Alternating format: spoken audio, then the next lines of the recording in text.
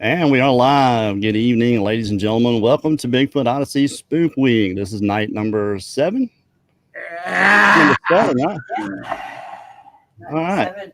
With me, as always, producer and co-host of the show, Miss Daniela Iolo, and our guest for this evening, the BLB boys, who have been replaced by a couple of aliens, it looks like. Scared. He's scared to death. Screw that thing. That thing's hot. Man, I don't think I can go any longer than that thing, you guys. What's going on? What's up, man? Also, we have a special guest appearance by Mr. Mark Zaski. He's going to show up in about 30 minutes. He's going to tell us about some of the very bizarre paranormal stuff that's going on there at his house. It's so creepy. It's going to be awesome. To remind everyone, as usual, keep it clean for us in the chat. No arguing amongst each other, and you guys just be respectful. That's all we ask. But all right, what do the BLB have in store for our audience tonight? Well, we've heard that it was Spook Week. Bigfoot Odyssey was doing something with, a little maybe related to what they normally do with some scary stuff with Bigfoot, but maybe outside of the realm of that cryptid, maybe some scary stuff, some paranormal activity, so to speak. And it's funny because, Jake and I have encountered a lot of this stuff since we were kids up until now. And a lot of it we actually encountered when we were together. Isn't that right, Jake?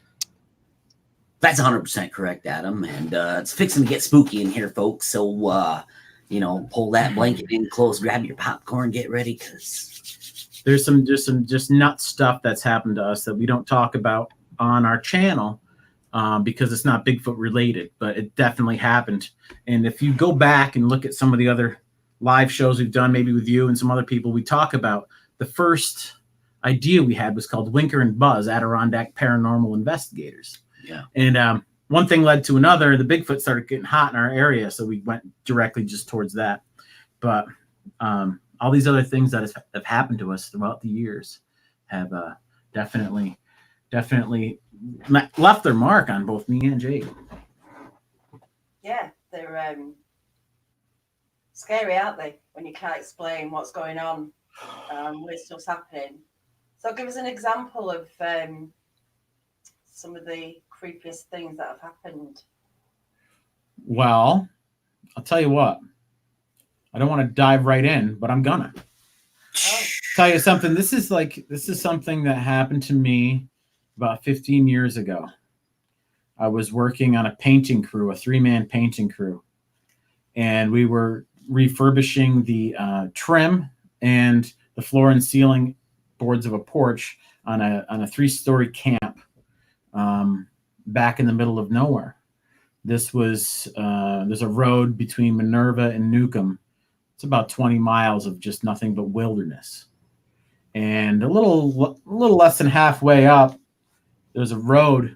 You would miss it if you weren't looking exactly for it. A little dirt driveway off to the right. It's about 1.5 miles long. And you drive down this little dirt road for 1.5 miles, and all of a sudden there's this huge 3-story camp, beautiful old camp right on this little pond out in the middle of just nowhere. And the guy I was working with at the time got the contract to do the job. And so there we were, working on the job. The first week and a half we were there, the homeowners were there. And we would just show up, and work and leave, and it was just a normal thing. And they left, and we had a couple more weeks to get the job finished. And this one particular day, I'd never forget it. The other 2 guys that I was working with were on the front porch. You come into the house, and the way in is through the front porch. And this porch is a very tall ceiling, a 15-foot ceiling, maybe even more tall. And so they're both on these 12-foot step ladders. And they got this flaking paint up in there from all the years of just, wear and tear. They're up there with scrapers and grinders, the power grinders with, eye protection on, the face mask, the whole nine, up there, and, grinding, doing the stuff I didn't want to do. Okay. And so they're doing that. Well, I'm on the back side of the house. I'm on a 35-foot extension ladder, and I am prepping and scraping and sanding the trim, the windows, and the soffit and fascia around the back side of the house. And I get to this particular window, and it was locked. And you have to open the window. You have to open up the bottom part and pull down the top part enough so they pass each other so you can get the paint behind the glass to do a proper job, because we do things the right way. First time. And that's just all there is to it. And so I was like, okay, I got to get off the ladder. I got off the ladder all the way down the 35-foot ladder, walked around the house, walked by the guys on the porch with their grinders, and walked into the house and had to find the particular room, and kind of walked around and looked in past this one room and found it, walked into the room, saw that my ladder was there. I'm like, this is the window. Opened it up, did what I had to do, pulled the bottom one up, top one down, turned around to walk out the door, and there was a rocking chair in the middle of the doorway, sideways. The seat of it was more or less touching one of the door jambs, and the back side of it was on the other side. It was completely right jammed into the doorway. Caddy corner. And I was in that room for about, I would say, no longer than 15 seconds, probably about that long at the most. I was working. I walked in, opened up the window, turned around, and that thing is just blocking me in the bedroom. And it really freaked me out. Yeah, and so I was just, my heart starts instantly pounding. Adrenaline's rushing. I just basically flew through that chair. I basically floated over it, how fast I was leaving the room, touched it with the side of my arm, and just ran outside. And I'm on the porch, and the guys are out there grinding away. Barney Rubble. And I yell to them, I'm like, hey, hey, hey. And they don't hear me. So I just look right down there where the lead cord is pulled in for both of them. I unplug it. They take their dust mask off. They're like, what's up? What's going on? I'm like, were you guys just in the house? And they said, no. And of course they weren't. They were both up on their ladders. It's physically impossible for them to have been anywhere but where they were. Plus, they're up on 12-foot step ladders. And I'm like, are you sure that neither one of you just came down and went inside real quick? And they're like, no, what the heck's going on? Plus, they had ear protection in and the headphones on. We really, we do things the right way. Safety first. First time. And so it was obvious to me that it wasn't them. And what could it be? Exactly. And at this point, I'm just like, and I talked to the guy I was working with. I was like, because he's the one who got this particular job. I said, Brett, I was like, is there any way that the homeowners are home or anyone's here? And he said, no, we're the only ones. We're going to be the only ones here at this place for a couple weeks. And I was just so perplexed by the situation. I had to just go around the side of the house next to our vehicles, kind of away from the house. And I just kind of sat there for maybe a half an hour. And I had a lot of work to do. I wanted to get back to work, but at the same time, I was so freaked out and uneasy about what just happened to me that it was it really screwed with my mind. I didn't know what was going on. I was in a different world. That's how it affected me. I was I just couldn't even think about anything.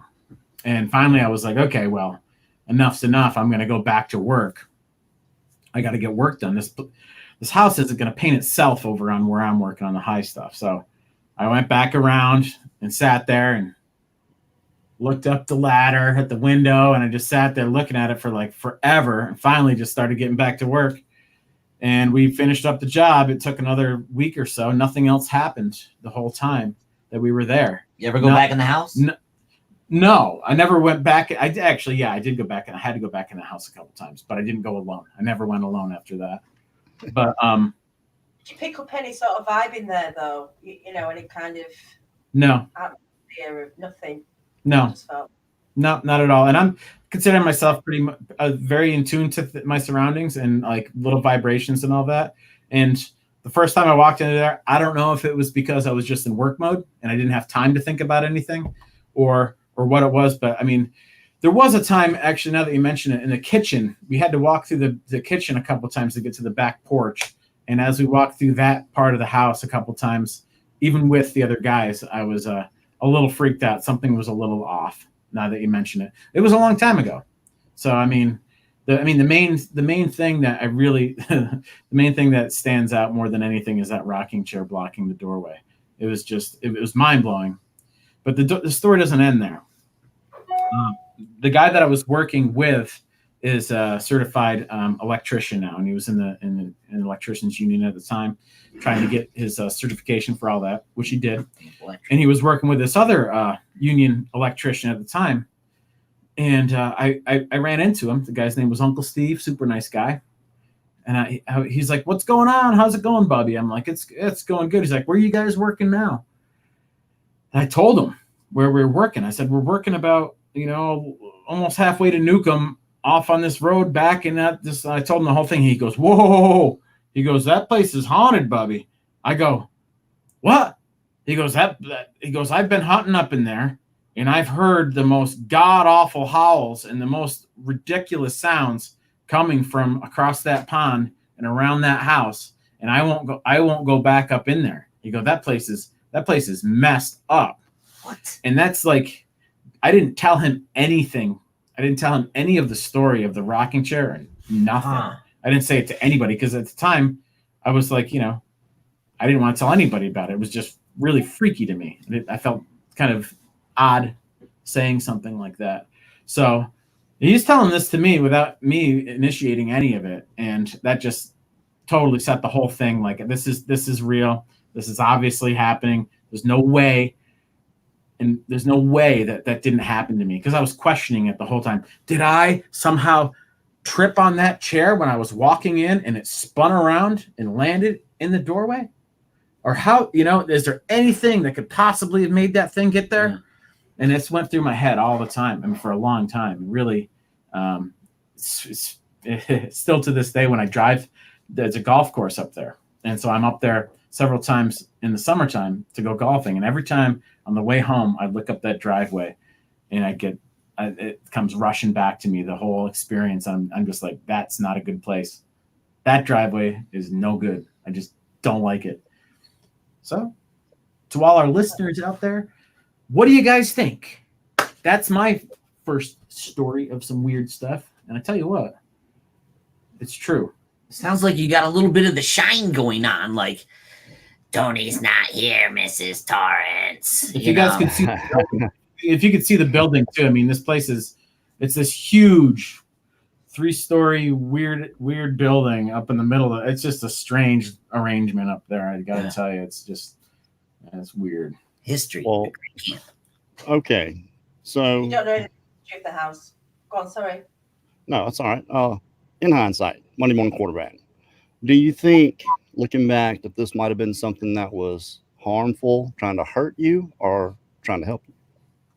Neither. It didn't seem nefarious to me. It seemed kind of like it didn't have a real purpose other than letting me know it was there.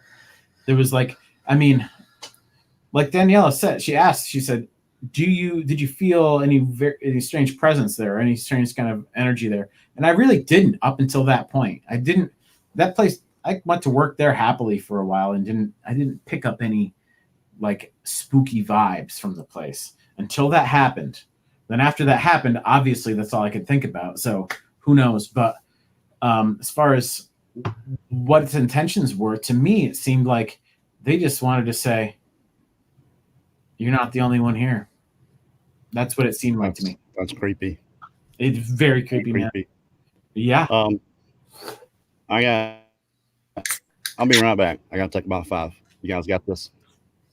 Yes, sir. Yeah. Absolutely. Sorry.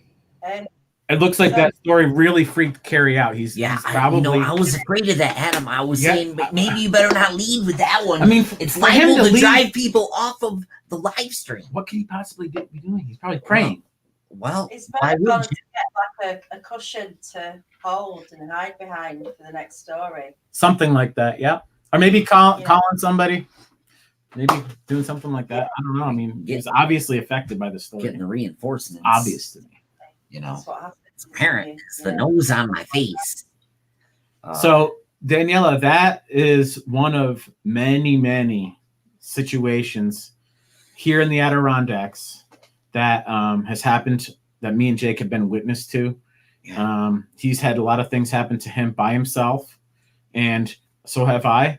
And we've come across some strange stuff when we're together. And then when it happens when you're both together and you both see it, it happens to both of you at the exact same time.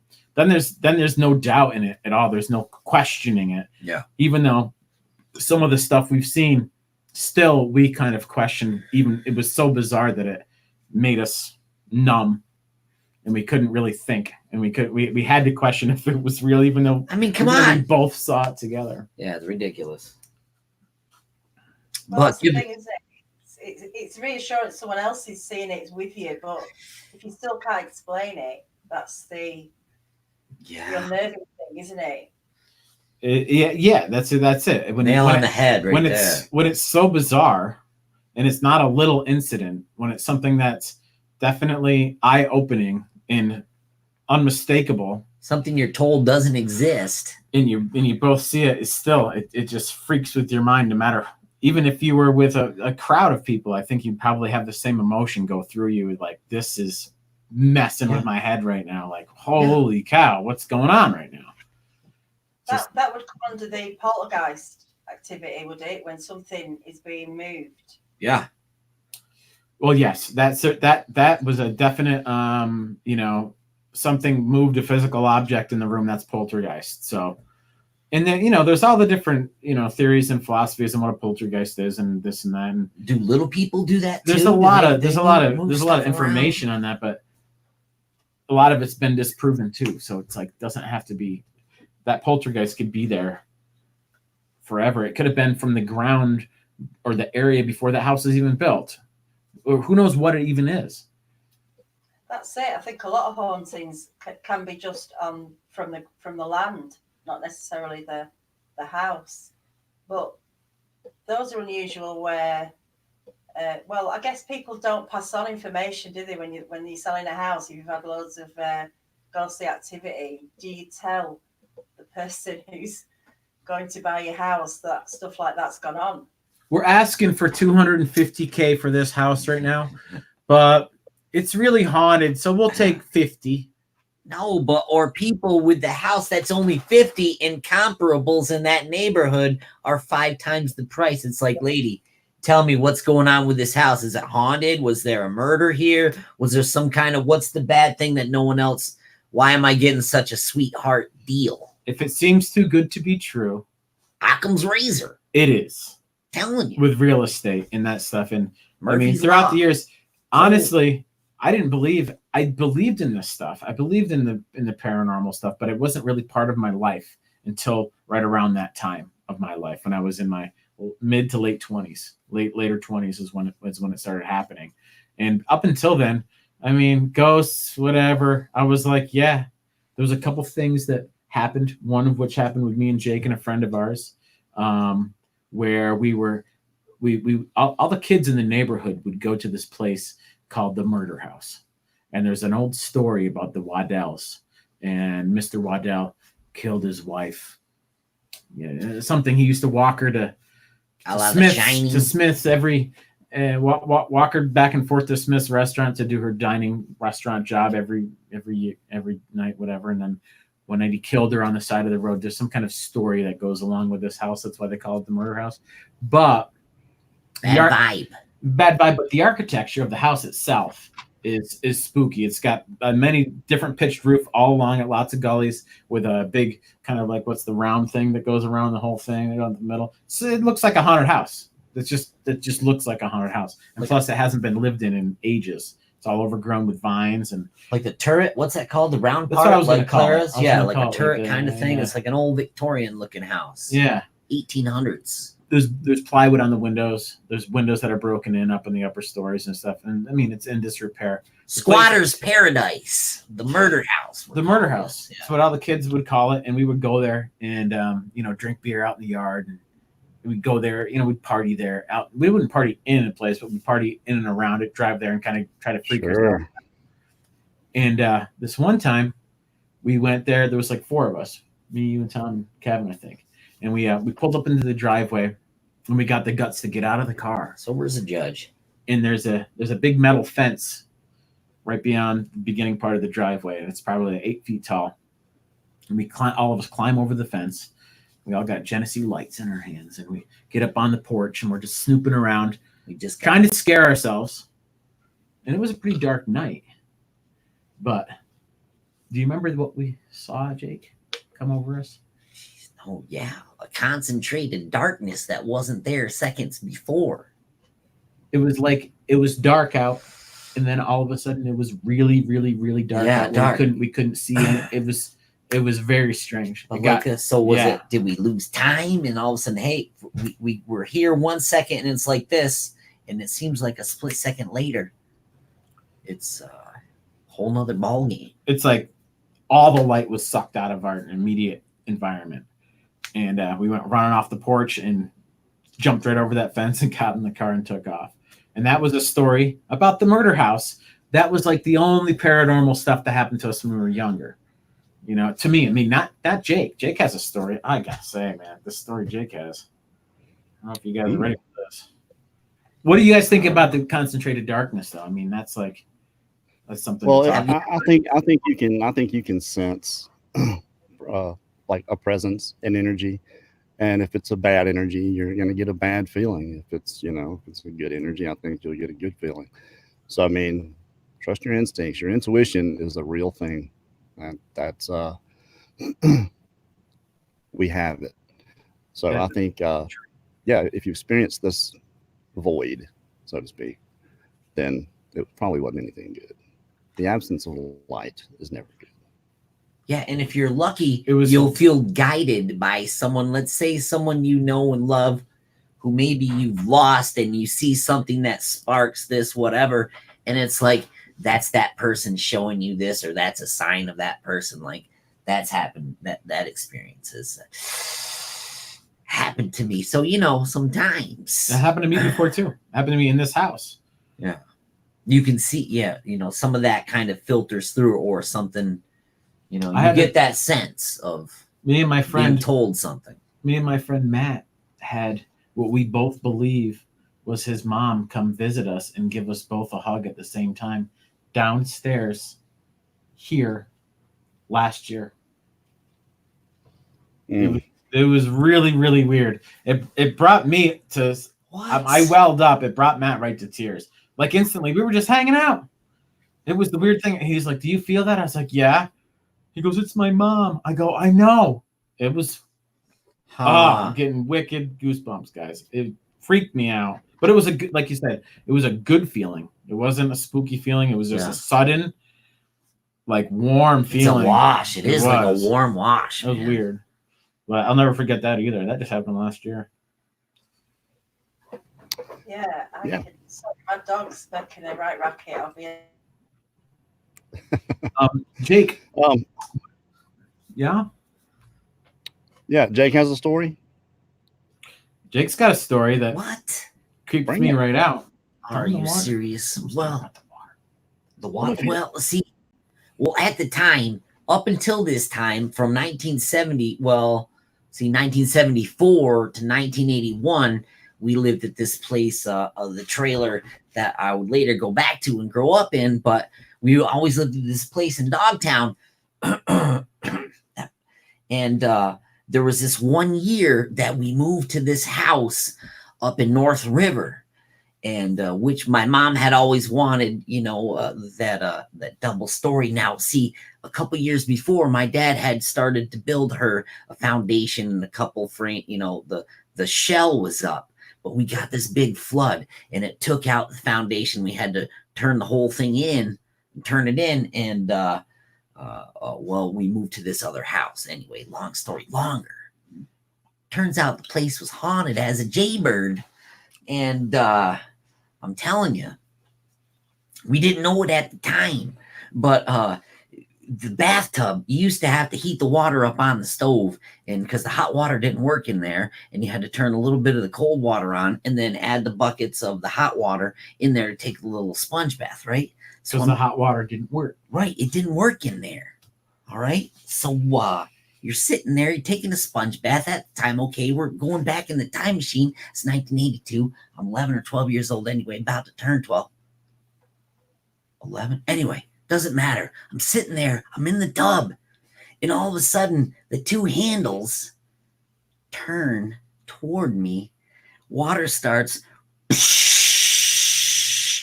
out of this thing that, you know, and we had been there, I don't know, not a whole long time, at least 4 months, never seen water come out. Like, we didn't have good pressure. You know, it's never done that before. Anyway, I bolt out, boom, I'm across it, you know, all of a sudden, boom, the door doesn't unlock. And it's the old timey, you know, the skeleton key kind of doors, you know, and I'm going like this. Ma's out cooking whatever on the little wood stove that has the kitchen part on the top. Anyway, 45 minutes it takes me to get to be unlocked out of this place. And over the course of the year, lights would turn on, doors would be open and shut, different things would go on around the house. It was never Any windows? Yes, the kitchen window would be unlocked and opened up, you know, right above the sink. Thank you. But, you know, it was never a bad vibe, but always a bunch of things. And years later, the people who moved into the house, the same thing happened to her kids. Their kids both got locked into the bathroom. Not the water incident, but both her son and daughter got locked in that room for no reason. Mm-hmm. Creepy. So the kids didn't Yeah, lock and the door. We do have Mark Zasky waiting backstage. We're going to bring him on here momentarily. Our special guest. He has got some creepy, scary stuff to tell. Oh, bye. Believe me. Can't wait, baby. I had a creepy experience in this house myself, and I think we're probably going to touch on that. But Yeah. real quick, just want to thank everybody for showing up here tonight. If you get a chance, go over there and hit that little thing that looks just like that. We certainly do appreciate it. And Turn it blue, baby. Turn it blue. turn it blue. Want to thank everybody that's donated. We got quite a few donations in today into the PayPal, and just want to say thank you to those people that put in. We don't know what else to say other than that. It's very humbling that you guys are stepping up and supporting us in our expedition like this. So just want to say that real quick. And with no further ado, ladies and gentlemen, Mark Zasky. Ooh, he's got it dark. Let me lighten it a little bit. Spooky. There you go. Yeah, you're Mark. You're actually in the house. That is got some crazy stuff happening. You know, I remember whenever you had talked me into going into the woods for the first time, and I came down and stayed with you guys. And I'm not a guy that's really scared of the dark. You know, I might be fearful or cautious of what's in the dark. And you had to remind me of this because I guess I just blocked it out, man. But as soon as you said it, it came back that I was laying in the bed in the guest room, and there was some kind of, I don't know, a shadow, a darkness, that darkness you were talking about, Adam, Concentrated darkness. move across the foot of the bed. So what I do, I get up, turn the lights on. I think I slept, the next 10 days, Mark, with the light on? Yeah. That's the house. The house is actually, first of all, thanks for having me. Oh, thanks for coming. And just to kind of set the tone for all this, I'm very skeptical when it comes to everything, right? Contrary to popular belief, right? And this particular kind of stuff is stuff. It's stuff that you really don't want to admit or acknowledge in your own house. You know what I mean? And I've had some things in the past that were pretty obvious in other houses, but not like this, and especially not where I was living. I have a lot of experience with people who have come forward and told me these kind of things, and hearing the stories and all that kind of stuff. But I never thought that I would live somewhere that would have this kind of thing going on. And you weren't actually the first one, Kerry. The first one was my mom. When Mel and I.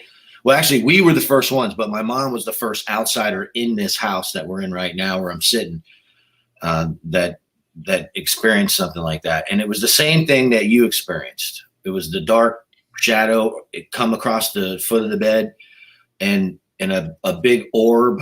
And she was screaming at 3 o'clock in the morning. And we thought somebody was dying. We didn't know what was going on because we were waking up and she was screaming.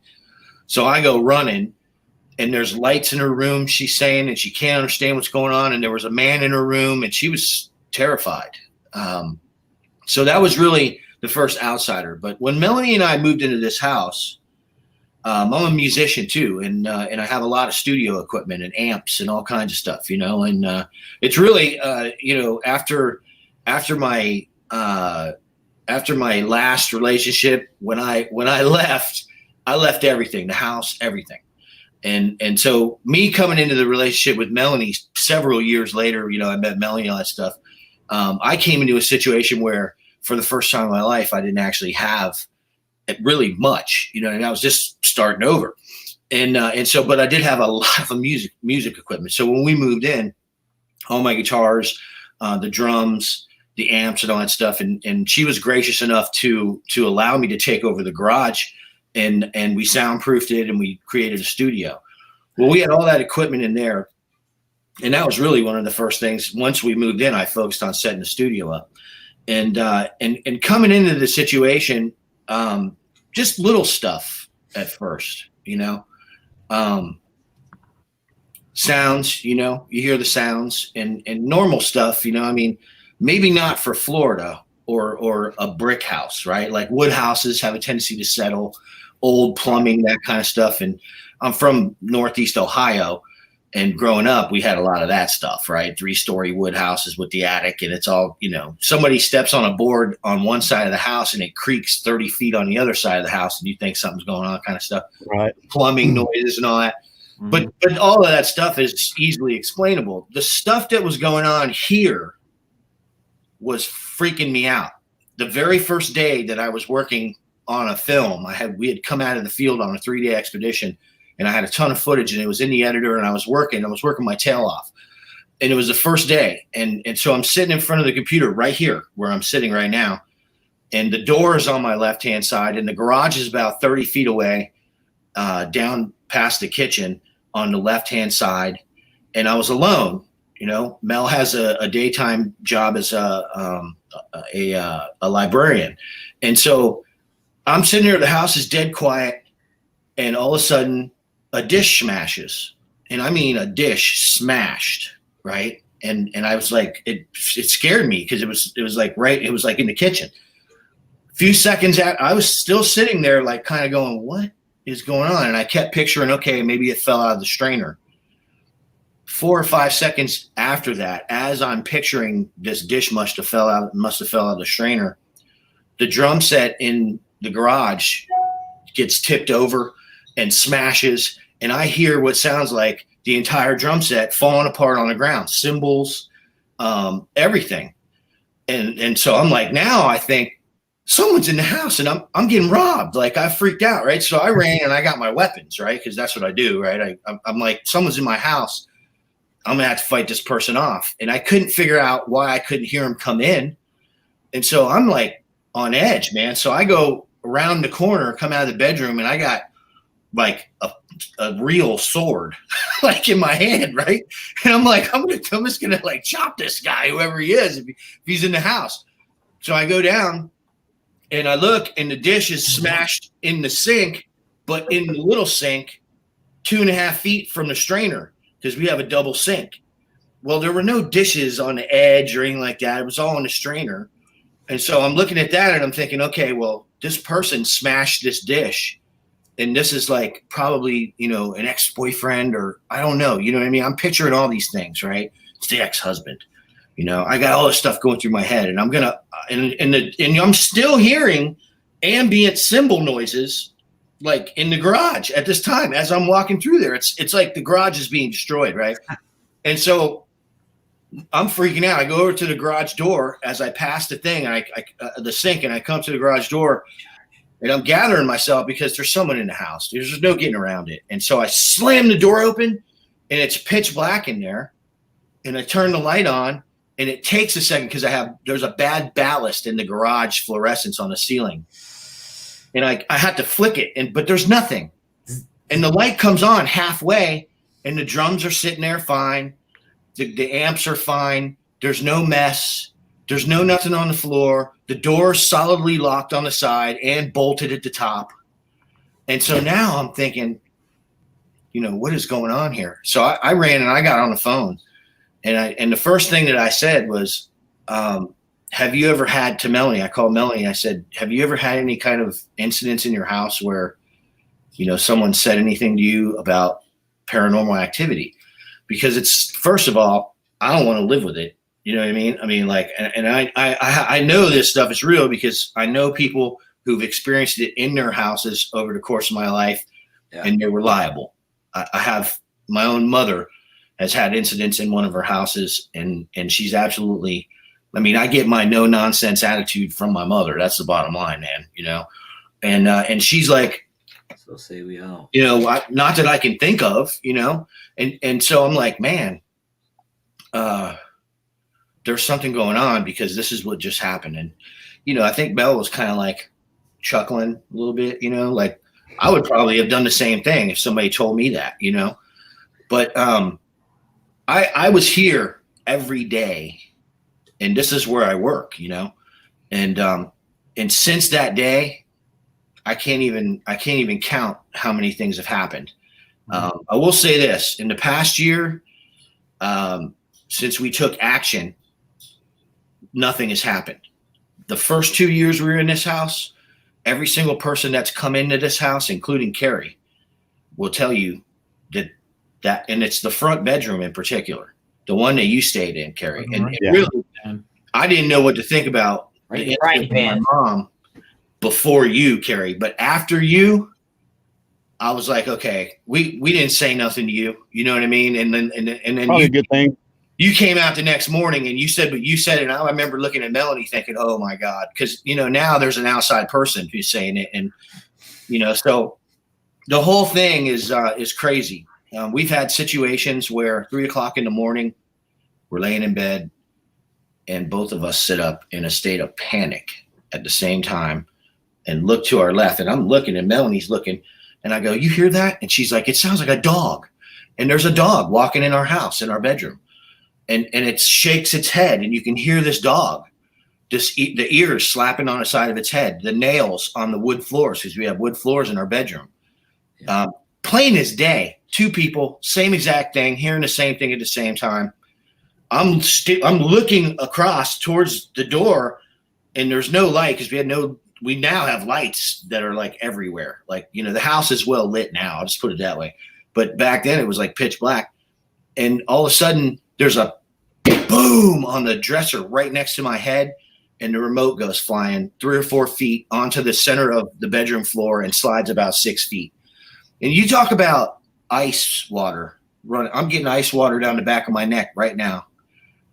And I'm the whole time, and Melanie's like, I don't even want to acknowledge this. I don't even want to acknowledge this, And so, and it's terrifying because what do? You don't know what to do about it. I mean, what are you going to do? Like, there's nothing to chase down and beat up. You know what I mean? It's like you can't throw this, whatever this is, out of the house. So at that point, and I think that was actually before you came, Kerry. The dog? You came, that situation was like, I mean, we actually took an EMF reading in the living room, and we hit 114 milligauss on your EMF meter, which is one of the highest readings we've ever gotten, either in the field or anything, because we're constantly measuring and doing that stuff in the field too. And we pick up, 30s and 40s in certain spots in the field, which are insane. 0.5 unhealthy. 3 to 4 is high. Yeah. 3 or 4 is high. Extremely high. 114. And I remember it being rather high in the house sometimes while we were there. And I'm thinking, you got some bad EMF going on here or whatever. Yeah. But this dog, I just want to ask this question real quick. Did it just look like a real dog? I mean, was there anything particularly like opaque about it, or was it just like this is a real dog in the house? No. I want to be real clear about this. We didn't see anything. We both heard in the pitch black a dog walk in the bedroom loudly with big claws on the floor. A 4-legged animal is the way I would put it. And then because of the head shake and the ears slapping the sound like on the side of the head, we were both getting ready. I was saying dog, but Melanie took the words out of my mouth and said it. And then that was when the remote, there was a big bang on the, and it was like, because when I sat up in bed, my head's right next to the little nightstand. So whatever hit the nightstand hit it from the other side, where the dog or whatever that sound was, which we thought was a dog, and the remote control bounded off. You know, I don't know, you know, but that's not the only thing, you know. So we didn't see anything. This is what we were hearing, and this is the freaky part, because I've never seen anything that you could say, you know, was anything weird. You know what I mean? Like, or, you know, any kind of a visual distortion or opaque things floating or anything like that, outside of in the studio where I turned the lights off, because I started having activity in the studio again at one point, and my hat got knocked off of my head during band practice in front of my bandmates. And they all, everybody needs to know that when you say studio, it's a full-size garage, and it is a complete studio. It's got huge mixing boards, drum sets, guitars everywhere. I mean, you have to navigate through there. Yeah, microphone, it's a full setup. Yeah, it's a full band. Yeah. And so looking at this whole thing, you know, when that happened with the hat, I started looking at the garage, because I hadn't heard anything recent in the bedroom. And so what I did was I turned the lights off, and I got my green screen on my Canon, and I started catching things flying around in the garage, little orbs, and not dust particles. There's nothing like that. You can see the dust particles. Right. This is independent of the dust particles, and they're orbs, man. I mean, like, I'd never seen anything like that. I never thought that, you know, I'd seen it on the shows, you know what I mean? Like, you know, Ghost Adventures or something like that. Every once in a while you're flipping through it. I'm not real big on all that kind of stuff. So right. It was like, if it was on and I happened to be like turning the TV on, I was watching it. But I started watching that stuff after this, and I was watching a lot of stuff. And it turned out that we were having experiences that would correlate to what other people called poltergeist activity, which was freaking me out even worse, man. You know, I'm still getting chicken skin right now, the whole thing. And it's been, like I said, it's been gone for a while. So, you know, we don't want to have any kind of problems now, but in the end, I had my one of my guitar players was going through a rough time, and I had him staying at the house in the bedroom that you were in, Kerry. And he's real funny about this kind of stuff. So we didn't say nothing to him, you know what I mean? Because we don't want to freak him out. He was going through a rough time. So at the end of the day, we didn't say anything. And he was just saying the same thing you were saying, and the same thing my mom was saying. Someone had shook the bed, and he was hearing voices in there. And I'm thinking, man, I know that's great. He was hearing voices in there, and then seeing things like the same thing my mom saw with the big ball of light. You know, not understanding, you know, if it was like a dream or whatever, but he starts mentioning these things in the morning. We're having coffee, and he's like, "You need to think I'm crazy, man, but I'm like hallucinating shit in your room."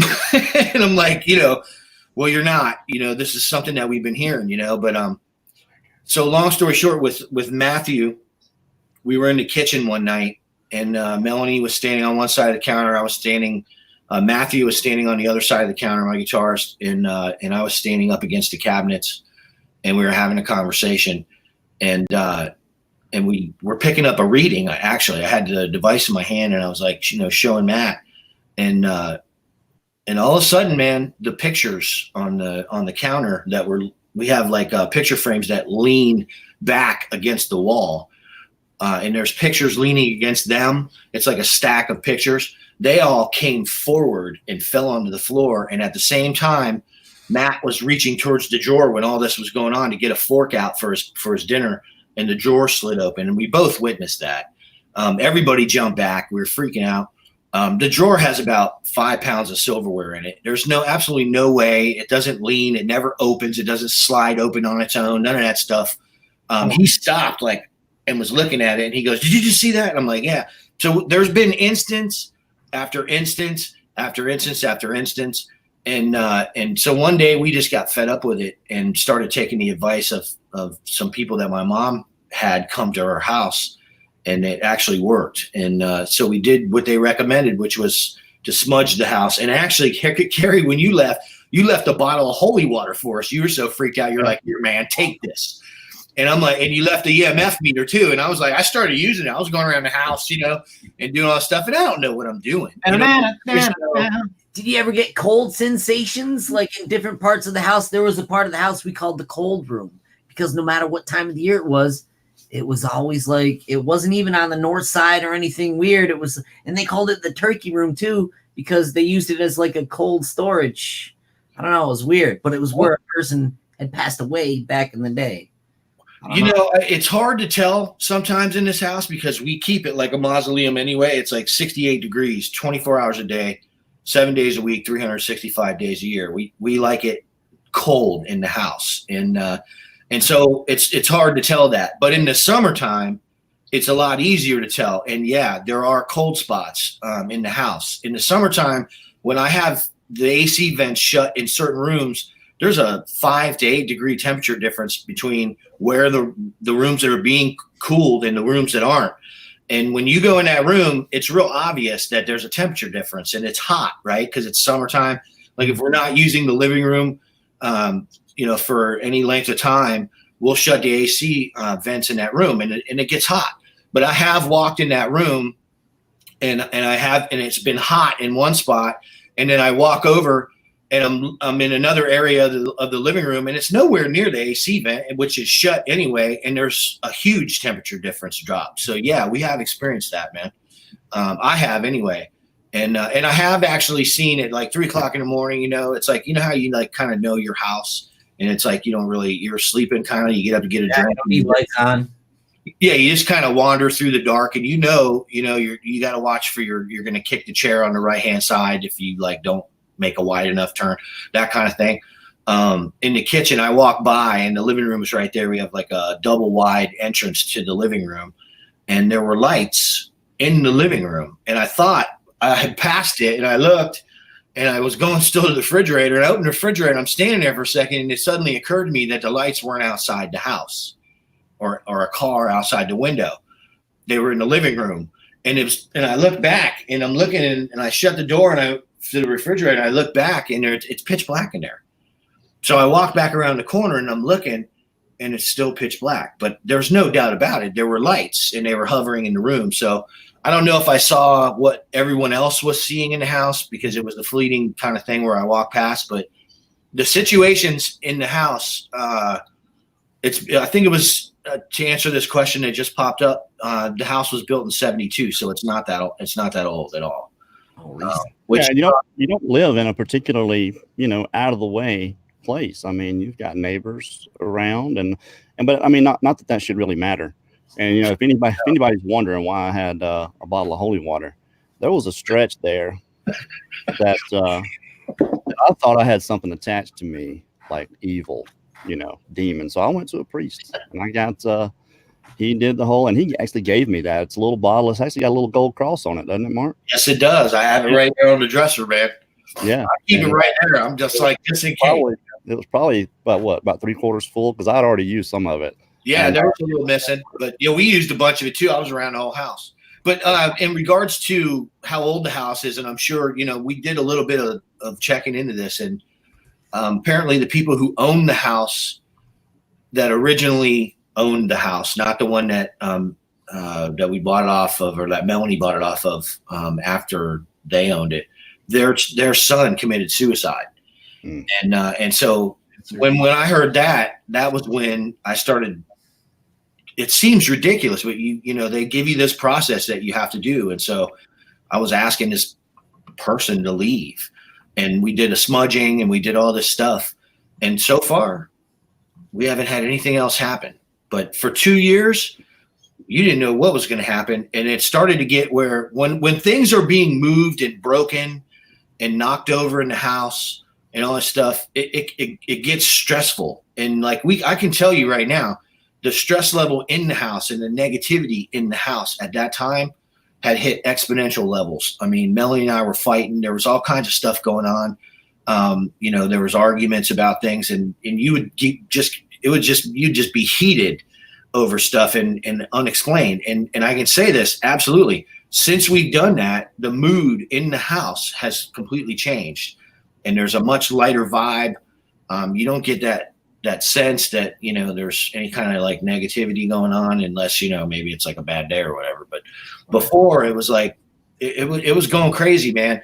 There's not a person in my band that's played here that hasn't had things happen. As a matter of fact, my brother came to the house. The first time my brother walked in the door, he came in, and it's a long drive coming from where he was. He's like, "Can I use the bathroom real quick?" And I was like, "Yeah, go ahead. It's right over there." And so he went into the guest bathroom, and he shut the door, and we were having a conversation with my nephew, who I think at the time was like 4. And I was talking to him, and my brother came out, and he walks over, and he goes, "You got something in this house?" And I was like, "What?" And I go, "What do you mean?" And he goes, "Look at this shit." And we went over to the bedroom, or to the bathroom, and he had walked in, shut the door, was using the toilet, and the garbage can slid across the floor in front of the door. And I'm talking about 3 feet.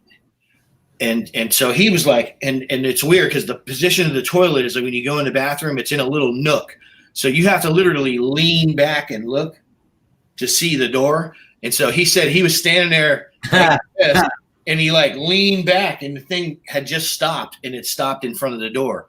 And so he was freaked out and didn't want to come back to the house. So it was like when all this stuff was going on, at first I didn't want to believe it. And then it was happening to me over and over and over again. And it was happening to everybody that was coming here. In your situation, Kerry, you know, we finally. I was already on edge. You know, it had nothing to do with the paranormal. I mean, I was preparing to go back into the woods with you guys, where, you know, places where the only reason I contacted you is because you were putting out, you know, exactly what I had seen. I mean, nobody else was putting that stuff out. And that's when I contacted you. You know, we all got together. But I was very, very tense and stressed out that pretty much the whole time I was there, just because. Well, you know something, man, when I got up, when you were here and I was waking up at night, and the light was on your bedroom at 3:30, 4 o'clock in the morning, I was thinking, you know, maybe he's up late or whatever. But and I didn't say anything to you, but after like day 6, when you said, when we had something else happen, Kerry, and I can't remember what it was. It might've been the 114 on the EMF meter in the living room. We were all sitting there, and then it was like everything was normal. Then all of a sudden, you know, 114 pops up, you know, and you're like, this is like toxic levels of this stuff. Like, this is not good for people. It's not good for human beings. And so then we started having conversations, and that's when you told us, I've been sleeping with the light on since day 1, man. And it was like, you know, all of that stuff, you know, the culmination of all that. But so what is that, like some kind of ghost radiation when the levels are that high?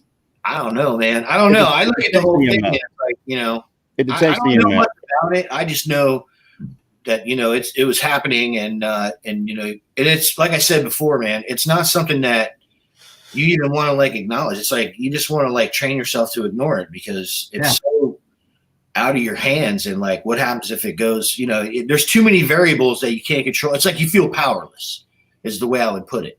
Right. And it's not a good place to be. You know, I fall asleep at night still, and I'm like, you know, is something going to happen tonight? You never know, you know? So I don't know.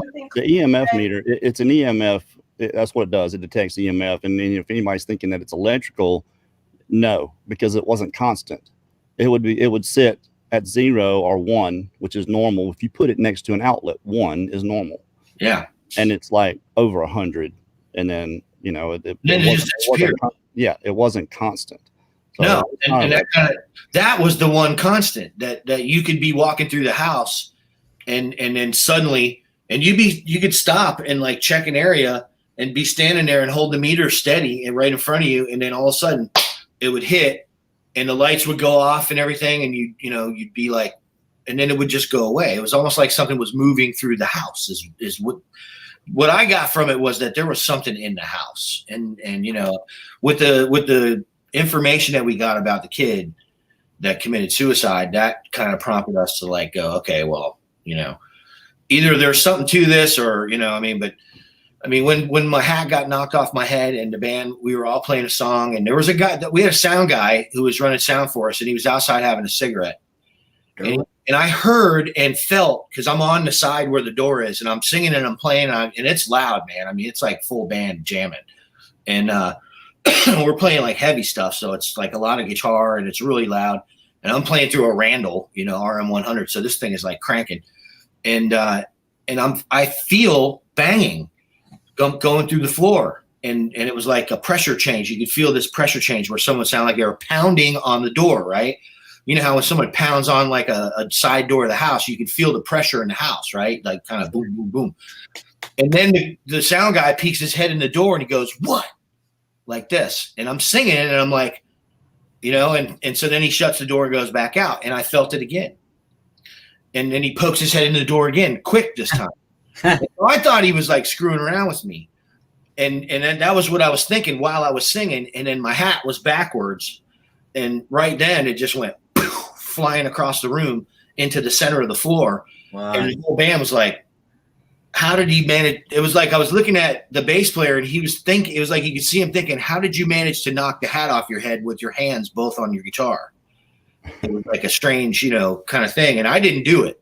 So that was the last straw right there. Once that happened, I was like, we're getting somebody. That's the end of it. We're gonna get rid of this. So, but that's this house. That's what happened in this house, and that's what we have to live with. And you know, like I said, it's been a while, and I don't want that coming back because it's one of those things where you don't know what to do. I mean, I didn't think that doing those simple things was going to have any effect, and who knows? Maybe it didn't. Maybe it was nothing after all. I just know all of that stuff happened, and all of it was witnessed by multiple witnesses. You know what I mean? It wasn't nothing.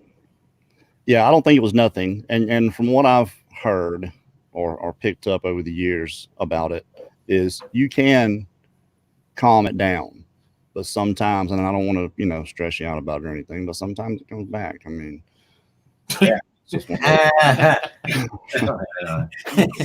just a Stephen King movie. Not to stress you out or anything. Mark, I wanted to ask you, but Yeah. you know, expect it when you least expect it.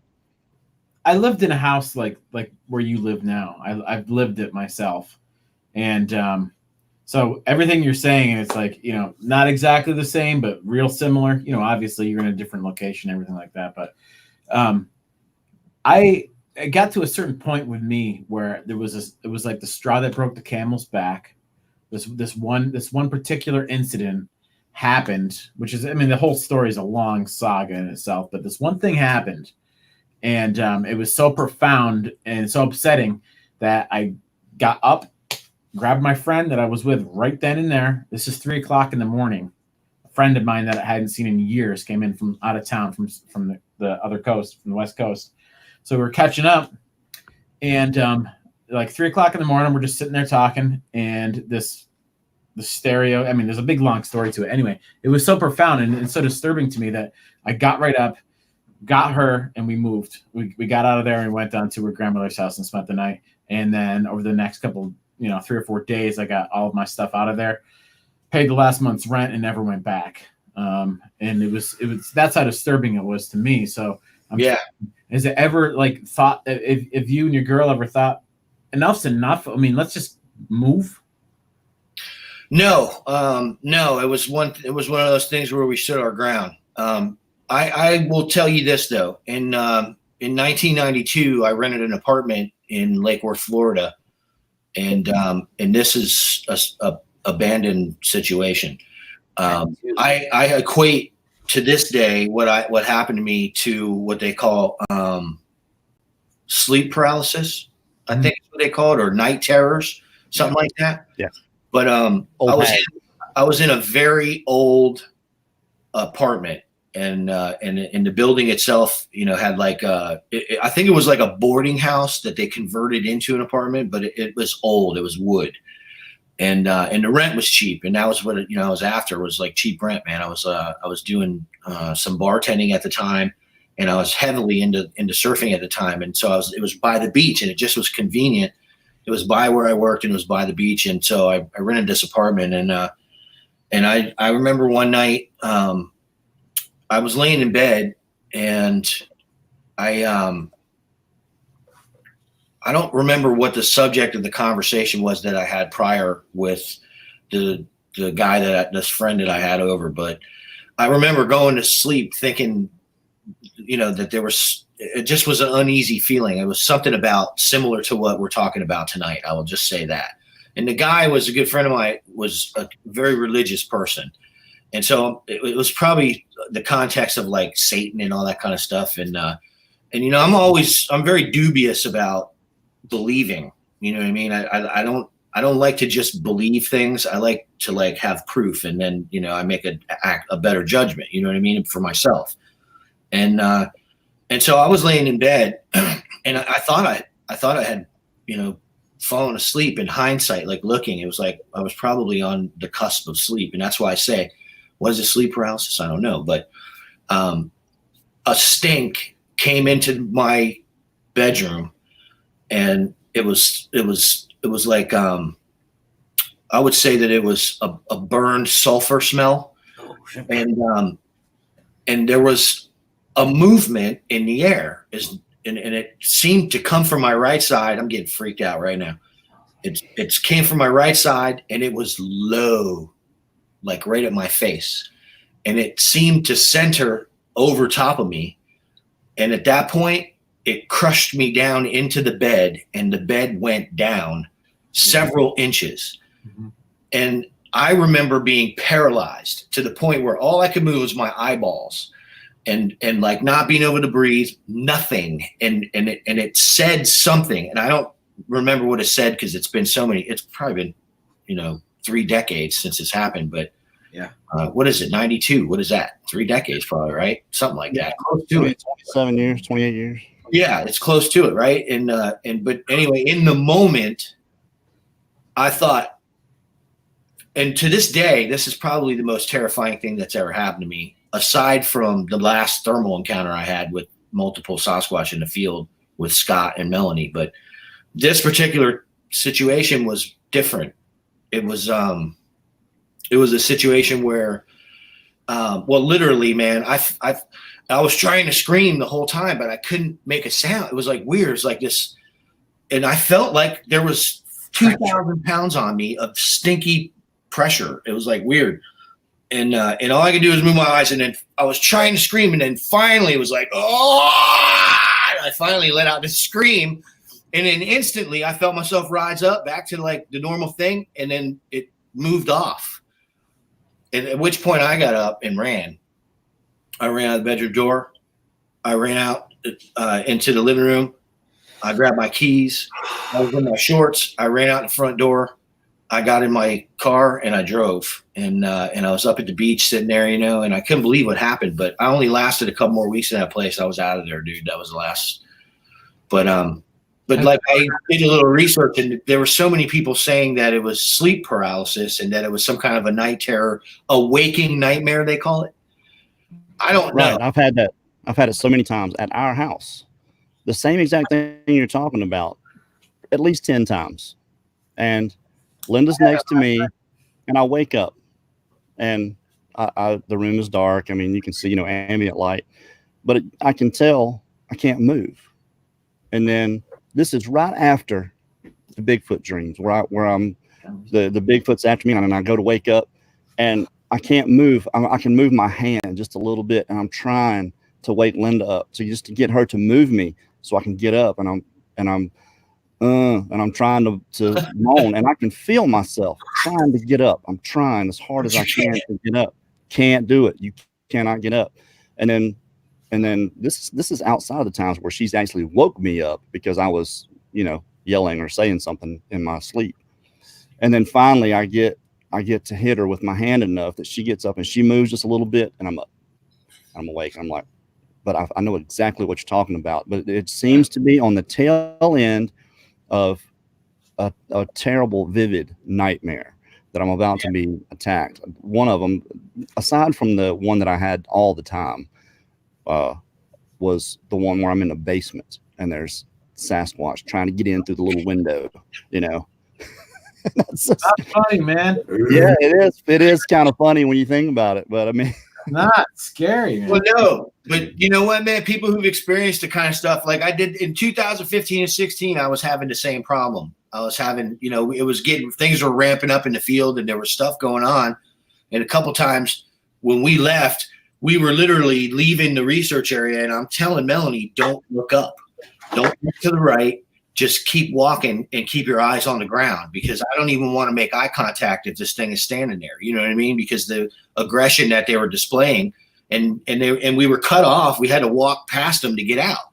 Well, I started having nightmares like that. I was having nightmares, man. And Melanie, I was waking Melanie up. Melanie's waking me up. I'm screaming in the middle of the night, screaming, freaking out, screaming, run, or something. And that went off for a while, and that was one of the reasons that we backed off of that whole thing, man. It started getting so intense that it was affecting our subconscious. Melanie was having problems recalling events that were happening in the field minutes after they happened. Even though we filmed it, I mean, we got cameras rolling, and I'm saying, you don't remember saying this. And she's like, I don't remember none of it. And so she's like having the situation where she's like literally just to stand there and hold the camera while it's going on. She's like disassociating from herself to get it done because she's so freaked out. And like psychologically, these are like things that are possible, apparently, you know what I mean? And me, I'm in a situation and I'm just thinking, just hang on, dude. You know what I mean? Do the best you can. They're going to stop. They're not going to keep coming at us. They're going to stop at some point. You know what I mean? Well, you got them. Scott got them on FLIR with that black and white. I think it was one of the first pictures, one of the first videos you put up on Patreon, where this thing, you can see it, and it's you can see the apex and the hair, and it's ducking down through the bushes like this. I mean, because you were telling him right there, they're right there, and he puts his camera over there, and there they are. And he actually, if anybody haven't seen it, go to Crypto Reality Patreon. It's $2 a month. If you can't afford it, for what you're going to see, so well worth it right now. So far, everybody's loving that, man. We're trying to do that for the YouTube thing to make up for what YouTube was doing to us, but that situation, he didn't even get. That was one of the ones that was standing to the left of the group that was laying on the ground. He didn't even get the ones that I was staring at because he was holding the camera too high, and that's why he kept saying to me, I don't see him. I'm like, what are you talking about? Because I was looking at this heat signature through a flare, the FLIR that was like, I mean, it was like, it looked like a demon through the FLIR because it had this pointy fire on its head, but it was just the apex and the hair that came up. Yeah, you can see the hair. I mean, it was freaky, dude. It was freaky. That was definitely a terrifying situation. Hey, Mark, I wanted to ask you. I've had sleep paralysis off and on my whole life. So when you're telling your story, when Kerry's telling his story, I can directly relate. And I mean, oddly enough, it happened to me last night. I didn't remember it until you started talking about your story. That's, how dreams, you wake up, you don't remember them. You remember them as soon as you wake up and then they're gone. So it just came flashing back to me. And this is something I think about after like a serious bout of sleep paralysis, because sometimes it's like, it's kind of easygoing. You're there for a minute. You can't breathe. You can't move. It sucks. You can't do anything about it. You come out of it. And other times it's been really dragged out for me and really long. And I always wonder, like, is there any chance, do you think, that it could last long enough to kill you? Because I know I'm not breathing when it's happening. I'm not breathing. I'm subconscious, but I'm conscious enough to know that my respiratory system is not working right now. Sleep apnea. And so, but I'm like conscious about the whole thing. So it's like sleep paralysis. I mean, it's the same thing these guys are explaining. It's been happening to me off and on since I was a kid. And I often wonder, like, what's to say that it can't go on long enough to make it so you just die, or do you pass out and wake back up? I mean, do you ever think about anything like that? Well, yeah, and looking at what you just described, I've had my whole life as well as a child, all that stuff. In one point in my life, I had reoccurring dream nightmares would be a better way to put it. That I was being stalked by two-legged canines, and to the point where it went on for like 3 years. And wherever I was at, if I was at my mother's house for the holidays and spending the weekend, or if I was at a friend's house and we were up, camping, or wherever I was, the dreams would take place in these places.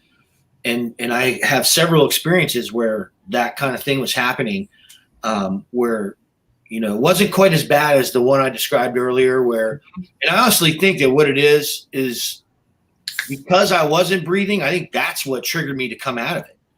I think that's true. I think if you, I honestly think if I would have been in there a little bit longer, there's a chance that I might not have like come out of the shit. You know what I mean? I worry. Yeah, that I okay. couldn't breathe, man. There's no doubt I couldn't breathe. And I think it was the body's reflex, like, you're going to breathe, dude, that kind of, pulled me out of it. But in and of itself, that kind of reinforces the fact that it was just a dream. You know what I mean? Because, the way I look at it, and maybe it's me rationalizing to try to like works in a dream. Yeah, maybe I'm just trying to rationalize it into it was just a dream, but it felt like when I couldn't take it anymore, that's when it, kind of backed up. So, but who knows? Maybe you're right, man. I mean, I'm no expert on that stuff, man. I just, I've been by those kind of nightmares. I mean, it seems like I've never actually talked to anybody about this before. So, I mean, to have both you and Kerry explain something similar at the same time, it's like I just wanted somebody else's opinion about the subject matter, because it's something I've never said anything to anybody about it, and it happens off and on with me, and it's frightening. Well, I can tell you. Go ahead. Sorry. Well, I was just going to say, when it happens to me, it's always the same dream. It's never my encounter. It's always I'm driving down like a dirt path, and it's so narrow that the limbs are hitting both sides. And I mean, it's just dark in there, and I'm driving. I'm going to a camp. Everybody else at camp waiting for me, and I'm driving there, and I can see the campfire. It's 50 yards away or however far away it is, but I can't drive all the way to it. There's trees in the way. The path stops, so I have to stop and get out and walk the rest of the way to it. And as I'm going, here's this thing. It's bearing down on me. And I mean, I never see what it is, but it's in my mind, it's a booger, and he's about to get me. And, before he does, that's when my eyes pop open. But what happens is I can feel my feet. It feels like my feet are rising up off the bed, like something's picking my feet up and about to pull me off the bed. And that's what starts to freak me out. And I can't move. I cannot move. And then I go through the whole spiel of I'm trying to wake Linda up with my hand and all that. That's I feel my feet rising up, and I've got to be half asleep and half awake. There is a chemical that keeps you from acting out your dreams. Your brain releases it, and you just, while you're asleep, you're not acting out your dreams. It essentially paralyzes you. And I'm just wondering if that's not part of it, I don't know, man. I must have like a lot less of that, because it's like ever since you can't fly in your dreams. Don't have it at all. That's why people sleep well. Your dreams. Daniela, we have not heard from you all night. What do you think, dear? I'm telling you. I've never experienced anything like that. I've actually have maybe once where I'm having a dream and I'm trying to wake up, and it was actually about you, Kerry. It was a really probably a nightmare then. I'm sure it was not. And the truth is revealed here on the. All right, come on, let's come clean now. Here we go. Let's put all the cards on the table. I put my phone on to charge in the kitchen, and I actually took a nap on the settee one afternoon, and I dreamt that you'd sent me a message, and it was like a really angry message. It was something like, "How dare you?" Because I do that all the time, right? How dare you take it off? And I thought, oh, I've messed up. I put a post up or something in the group, and I better go and have a look. And I'm trying to wake up and look at my phone, and I can't lift my head off the settee. I literally cannot lift my head. I can't lift anything, but I'm really compelled to try and look and sort this problem out. But in the back of my head, I know that the phone's in the kitchen charging, so I haven't read that message. It's a kind of dream, but I can't physically move to do anything. Although I feel like I've woke up, and it's really weird. How dare you? Clutching my pearls. How dare you? That sounds just like me. You should have known right then. How dare you? That's not Kerry. All right, so hey, listen, I got a one real one for you, and then I'm gonna split. I got a real one. Here's the real one for you. This is a Bigfoot story. This is the most terrifying thing that ever happened to me while I was camping. It's a place I'll never go back to, no matter what. No matter what, they could pay me to go back there. I'm not going back. Okay. What happened to me at the 4-lake region of Ocala National Forest was something that almost stopped me from doing everything that I do now. It was the first expedition I ever undertook. I researched the place on satellite. I researched all the sightings in the areas for about a year. I had this whole thing planned out, and my partner at the last minute pulled out. I had somebody else that wanted to go to take the spot, and I was like, okay. Well, it ended up being, it was this girl. And I was like, you do realize like what's going on, right? I mean, there's a possibility that like we're going to be camping in an area where, these things are real, first of all, and like this is what's going on. Like we're not leaving once we get there, right? And she was adamant that she could handle it, and so we went. We get there, and there's a bear warning in front of the check-in thing, right? And I'm thinking, wow, so like right off the bat, we got like a bear warning. And the guy says, okay, well, the last 4 spots at the very back of the campground that border the entire north end or north side region of the Ocala National Forest, we got the very last spot. He goes, I go, anything? And he goes, yeah. I go, we're going to take the last spot. It's the farthest one back. It's a nice sized little campsite. It's like not like most of the campsites in Florida where you have like gravel all over the ground and it's uncomfortable. You have to put all kinds of stuff down so you don't, it's just uncomfortable on gravel. It was like dirt and it was kind of nice.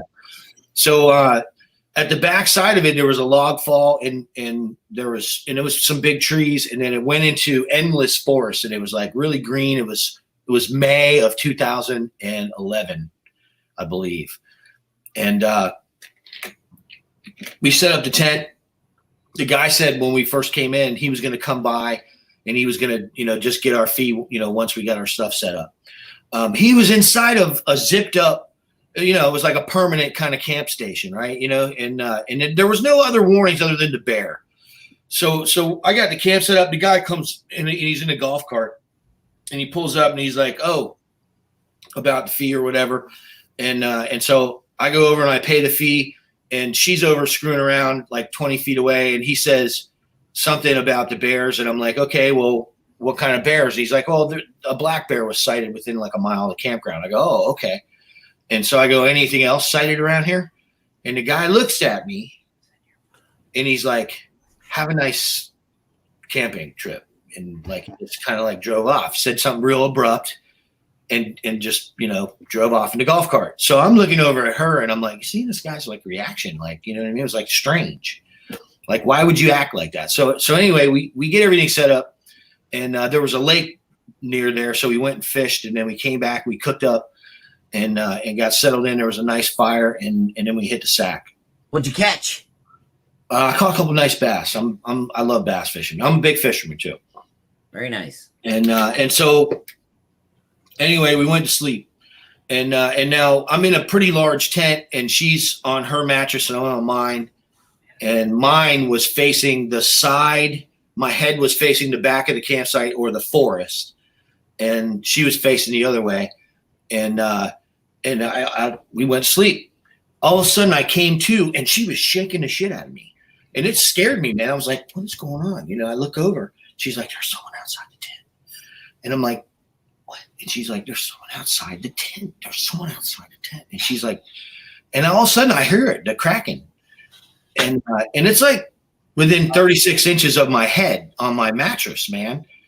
And it sounded, now I know what it's that steamroller sound when they're creeping and there's so much weight, and you can tell, man. And this thing was within 36 inches of my head, and the foot took a full second for the whole thing to strike on the ground. And it was just like an immense amount of pressure. Yeah, like rolled like he was sneaking, right? And each step, and he came right up next to me, and he stood next to me, and I could hear this wheezing sound like this, but it was real. It sounded big. And I'm like trying to picture like how big this thing is, because the wheezing was so far up, right? And so I'm like, what do I do here? You know what I mean? And she's like freaking out. And I'm like, not sure like what we're going to do. And I was panicking. And then it like took another step or two. And then I don't know why, but it seemed like it turned around and then it started normally walking, and it just walked. And then I heard it. It sounded like it jumped the log fall. But when it sounded like when it jumped, it was like you could hear this sound like something was jumping. But when it landed, it barely landed at all. It was like, so it left our campsite. That was about 3-something in the morning. About an hour and a half later, same exact thing. She's shaking the shit out of me. And it's back. It's back. It's back. And I'm like, this time I'm like, and it's like right there. It was already right there. And you could feel this huge presence. And it was just like when it's like right there, and this has happened to us on several occasions. I don't know if any of our members are in the chat right now on YouTube or whatever, but people have been with us and witnessed this and had the same thing outside the tent. But in this particular instance, this was a gigantic individual. There's no doubt about it.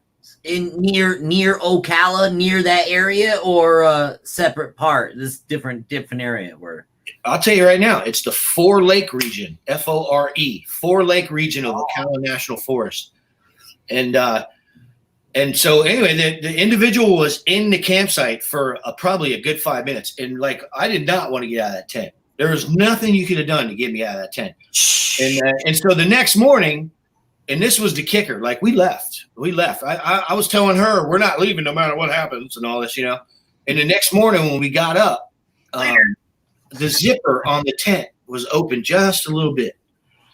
And there was about 6,000 ticks. I mean, science fiction ticks, like the amount of ticks. They were in everything. The sleeping, they were on us, man. We were pulling ticks.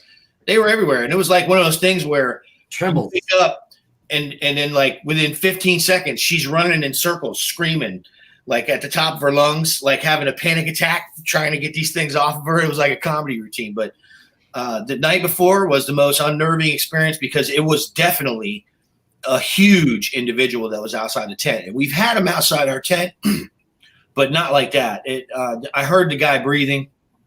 We've had him in Central Florida where they're taking things. And, I did a show last night on Patreon and we were going over some of that, the old camping thing where they're inside and lifting picnic tables off of our coolers to get inside of them. Cause we always pin the lids with the picnic tables, cause there's so many raccoons and there's no way to get into the cooler to steal anything unless you lift this 200-pound picnic table.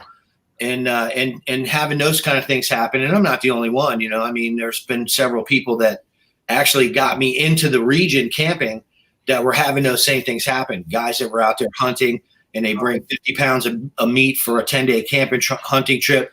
And in the first night, all 50 pounds of their meat is gone. And the picnic table is like literally like off of the cooler, that kind of stuff. But yeah, I had some stuff happen the next day out in the woods and, we decided we're not spending the night here no more. And so we packed up everything and left Ocala. But to be in the tent that close to that size of an individual in the back of the area where there was no one camping around us. And I kept thinking, man, that thing could have done anything it wanted. You know what I mean? Well, you mentioned that. And if nobody knows or didn't already know, Mark is going to be a part of our expedition. He's going to be a part of Oversight and Logistics. He will be directing the teams when we go down there. And you've actually got some strategies for us to set up cameras around the camp, kind of in a hidden camera situation. Yeah. And another thing, before you go, everybody, I heard Treva, if anybody know how to pronounce her name, it's Treva, ask about Patreon. It's an app. It's simple. Go download the app and then just go to Crypto Reality on Patreon. And it's $2 a month. It's right there. There's so much stuff in there. It's just all incredible. And you're putting stuff in there every day, aren't you? I have 200 films in the bank right now, 200. And so we just started uploading those. We've been on for a month and I think there's about 25 films up now. We do a live show every Tuesday night at 8. I try to interact with everybody in there as much as I can. I'm trying to get as many researchers as I can in there because our whole philosophy is to pass on what's working for us so that we can help, other people to get more physical evidence. That's the bottom line. Is Right. Our path was always about getting to the point where we had physical evidence that something's out there. And we've accomplished that. We've got innumerable hair samples. I have potential DNA in the freezer from an actual sighting of the individual at my DNA trap.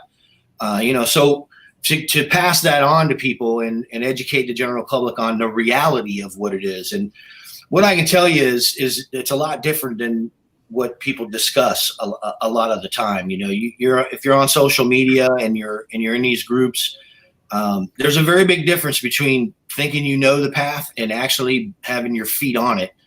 And the stuff that happens and when you're in that position that you've been hearing about, it's a completely different ball game, and then trying to document it the whole time. So we work with researchers and the general public on all aspects of conducting research, from the basics of finding an area using satellite alone, in the theories that we've developed on body temperature regulation. They need to regulate their body temperature, so they look for cooler areas and that kind of stuff.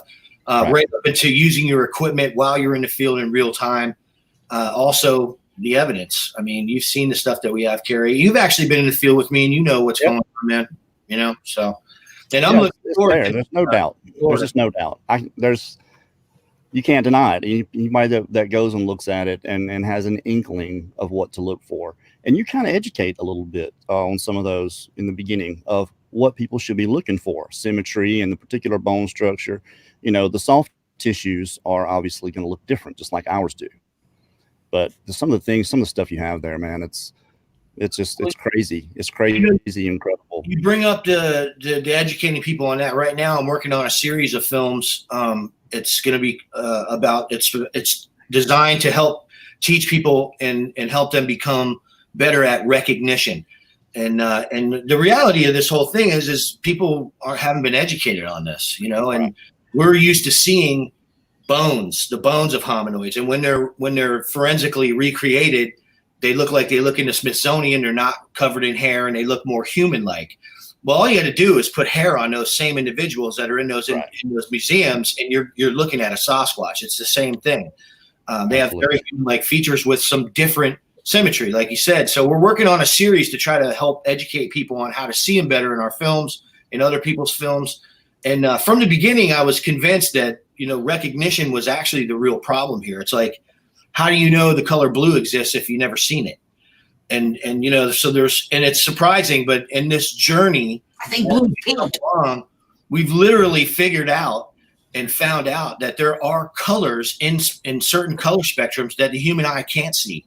They're combinations of certain colors, greens and reds, blues and yellows, that when they're together in certain circumstances, it's all but invisible. And it just so happens that their hair picks up on what is basically called the forbidden color spectrum. And I highly recommend looking that up. So we're working on all that stuff now, but that's going to be on Patreon. It's definitely education. Is that called like chromagia something? No. Forbidden colors are a blend of two different colors that are, when they're put together, they produce a shade that's very hard to see, man. Most people can't see it. You have to actually train yourself to see this color.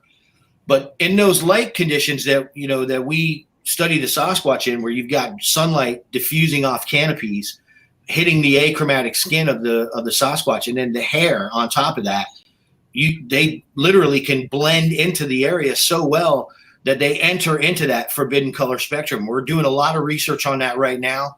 And how that affects visual perception, to where I've shown millions of people what Sasquatch look like, and probably only about 100,000 of them are actually able to see what's right there in front of them. And until they train themselves to understand that they're not always just black or white, if they're out in direct sunlight, they're what they are. But when they're in situations, I'm looking for. Right, achromatic is like the shade of gray. When you put it next to a pink wall, it becomes pink, and then it becomes put it next. Yeah, that's one aspect of it. It's the color white all the way to the color black and all the shades in between. those neutral colorations are capable of absorbing and retransmitting any colors that hit them. So it would be very similar to the paint thing that Kerry was talking about. And actually, one of the experiments we conducted initially to see how it was that I was catching things on film that looked green. Here of late, we're realizing that they're sedentary in these swampy environments, and they literally begin to grow algae on their hair. In this super moist environment down here, and just their general lifestyle and the fact that they're ambush predators and that they stage up in areas waiting for game to come, they spend a lot of time very still and sitting on their asses. And in these wet environments, they pick up a lot of vegetation in their hairs, and that stuff can literally start to grow. We've done a comparison video to polar bears. One of the things that we started to find down here was this crystal clear hair. And it was interesting because the only other thing that science knows about anyway that has crystal clear hair is a polar bear. Well, they were keeping these polar bears in these enclosures at zoos, and the algae would start growing on their fur, and they would literally be green.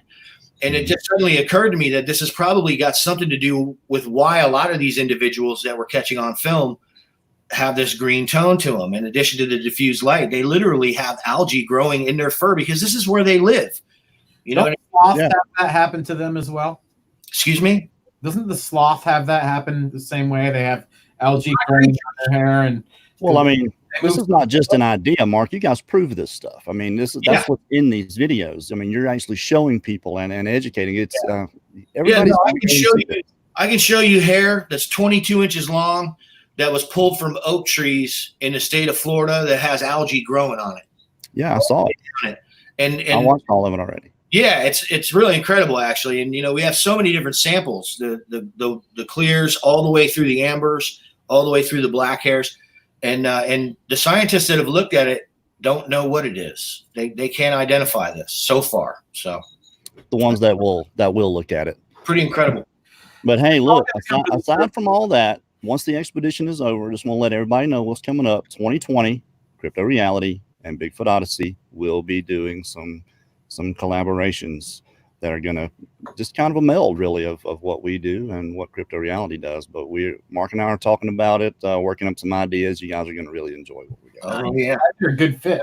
It's going to be like nothing anybody's ever seen. Yeah. Yeah, I look forward to anything that comes down the pipe in the future, man. I mean, who knows where this is going to lead, you know? It'd be like I think we were talking about, it'd be real nice to get to one of these encounter spots that you are traveling to where people have nuisance Sasquatch on their property and do a proper field investigation with some time and dedication to actually prove what's going on their property. Yeah, that's actually going to be part of it. Yeah, it's great, man. What you and I have talked about so far, but we're excited. We're excited about it anyway. Yeah, it's man. Gonna be great. But hey, what's think we're going to call it a show? You guys got anything else? Oh, I could go on for another 3-4 hours. We're fixing to get spooky. So anyway, this one All time, right. Mark was talking earlier about a garbage can moving across the floor where his buddy was in the bathroom. Right. Smaller garbage can. And that made me remember there's this camp that I work at in the wintertime called Garnet Hill. It's an old log Adirondack camp. And the lady that has been famous for baking up there, her name is Mary Jane. She's an old woman. And she's been doing it forever. And she has some stories, crazy stories about what's gone on up there. And do you guys know these old school, huge vat stand mixers? They're like this big, and they have a huge arm in there for making like pizza dough and whatever. I mean, these things stand like this big. They're ginormous, especially the old ones. They're like solid, huge, heavy things. It takes 4 guys to move them. She was telling us a story one time about she was making some pies late night for a banquet that was coming in the next day. And as she was rolling out the dough on the table, she watched this huge stand mixer come up off the ground about 3 inches and move about 15 feet across the floor, just perfectly smooth, and then just come slightly down to it and land about 15 feet away. Time to go. Yeah. And check, please. And And this isn't this. I mean, this she was a lot younger back then, but she still couldn't have moved the stand mixer by herself. Then her boss came in the next day and was just like, you know, what's the deal? Why the hell's the mixer here? Kind of like yelling. And she was like, that thing just moved last night. It just moved right in front of me over to there. And I didn't personally experience that myself, but this lady's a stand-up character, really good, solid person, and I know she's telling the truth. So it's the funny, weird thing about these entities. Places. They can move extremely heavy objects. They can move light objects. I don't think any of that matters really. That bothers me too. Just, I mean, that's power. You know, that's picking up a knife and stabbing you with it in your sleep. Yeah, trying to suffocate. I'll tell you what. I was to do a show. We're probably going to be starting this up soon. I was talking with Dr. Lester about it a while back, but we did a show. One of the things that Dr. Lester does is he teaches a course.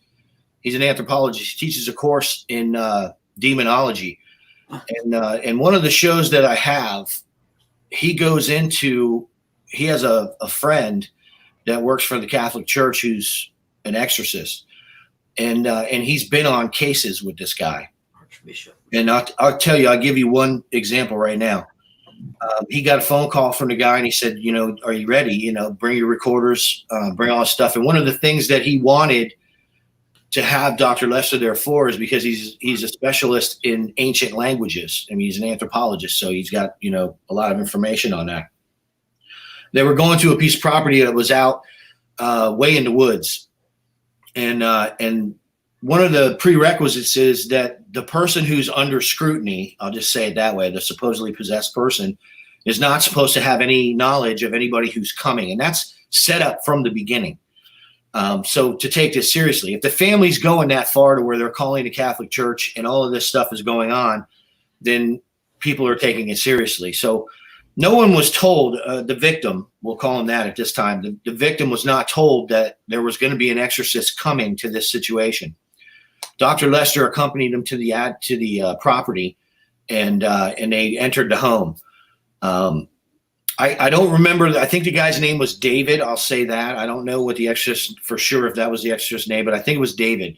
But they came in and they talked with the family for a minute, and then they took him upstairs. Apparently, the young man was in the bedroom, and when they opened the door, and the exorcist walked in, the kid was sitting there with his back looking out the window, and his back to them, and he turned his head and looked over at the exorcist and said, "Did you take your heart medication today, David? It'd be a shame for you to leave your wife and daughter fatherless." And the guys never met these people. And at that point, this individual started uttering and slurring in these languages, and they have it all on recording. Dr. Lester translated it, and it was ancient Aramaic. That's the one. Aramaic, and 3 other languages. This kid spoke 4 languages, one of which does not exist anymore, in one sentence.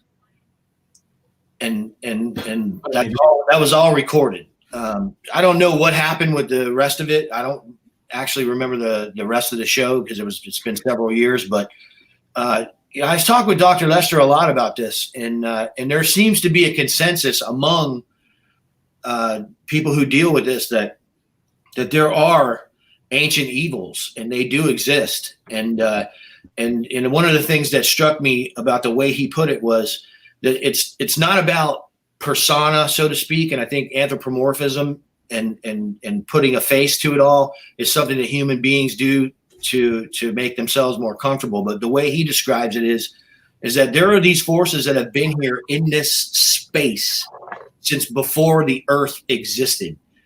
And they're just here. And people are subject to the whims of these forces. And I think that's some of what maybe we were talking about. And after we're gone, the next entities will be subject to them as well. Yeah, whatever it ends up being. You know what I mean?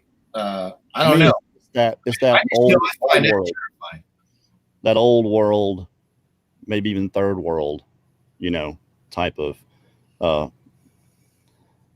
the hauntings and the things that these people experience in like South America and then like South Africa. Mexico, and Africa, and then these different types of evil. A lot of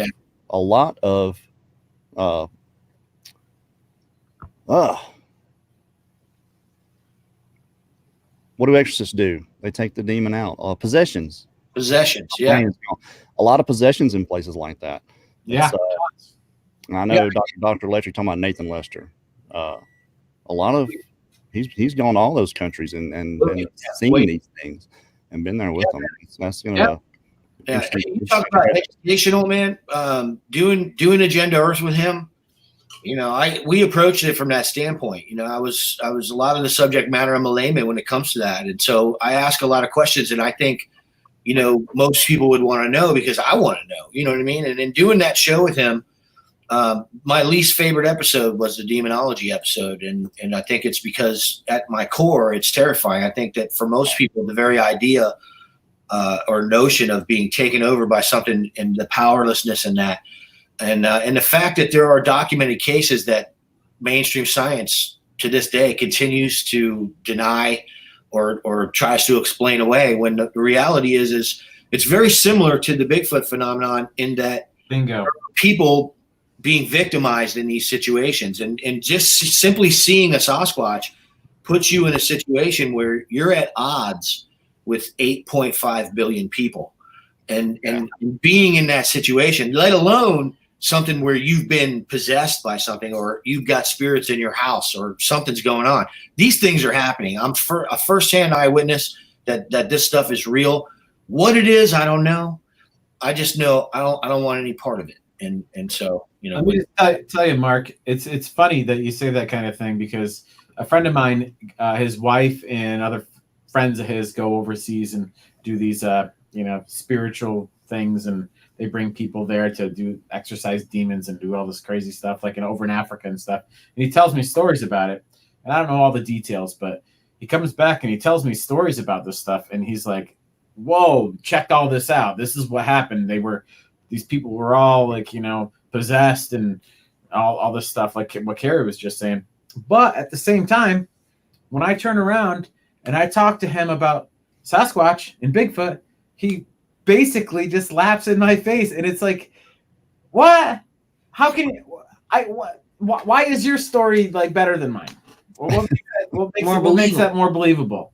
It's like, what? You know what makes the ghost thing more believable? Jack Link's beef jerky.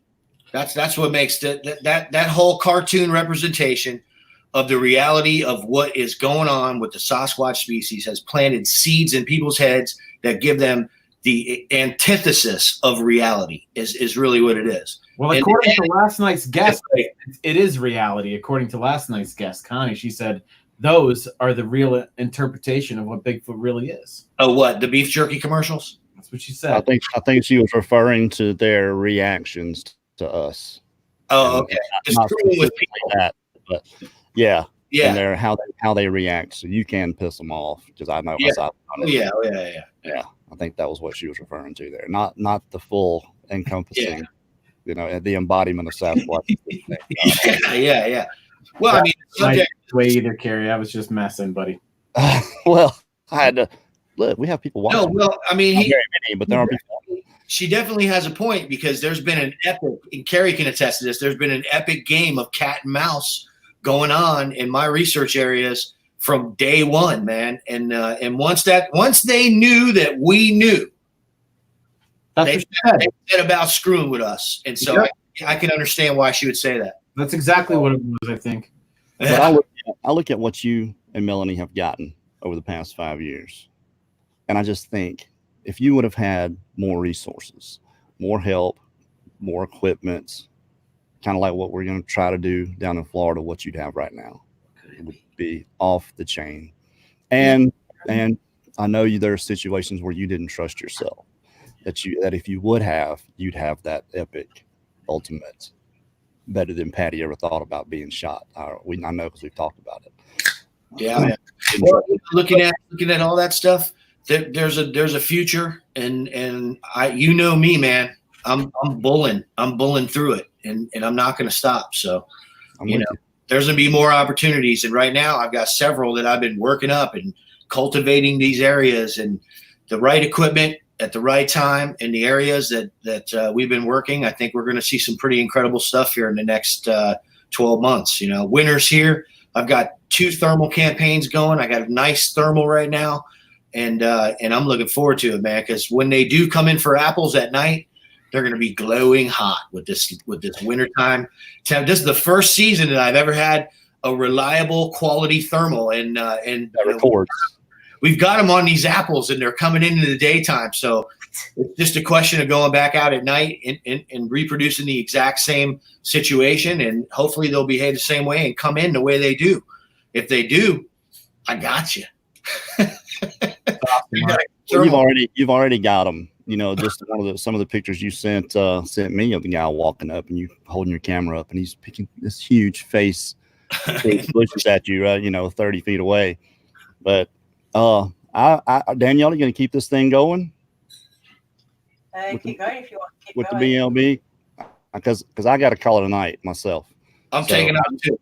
I just want to say, Mark Zasky, thank you so much for coming on and scaring the ever living out of us. It was good being on. Yes, man, always. We didn't have a formal introduction, but I'm Mark. And hi, Mark. I'm Adam. Hi, I'm Jake. Jake, Adam and Jake. Season 2. What's that coming up tomorrow? Tomorrow night. They're premiering season 2 of the Blue Line Bigfoot. I announce that, but I just want to say thank you to you guys also, BLB, for coming on here tonight. Daniela, as always, you just do a fantastic job here, and thank you for everything. But cool. I got to go. I don't have a choice. Thanks for having me, guys. Kerry, I'll talk to you tomorrow. All right, buddy. Take care, Mark. Nice seeing you, Daniela. It was nice meeting you, boys. Hey, peace and hair grease, y'all. Later. Keep in your sneaker. Tomorrow night, Wes Germer and Tony Merkel, 7 o'clock p.m. Central. You guys be here. Thank you, Daniela. Thank you, Jake and Adam. As always, wonderful, wonderful time.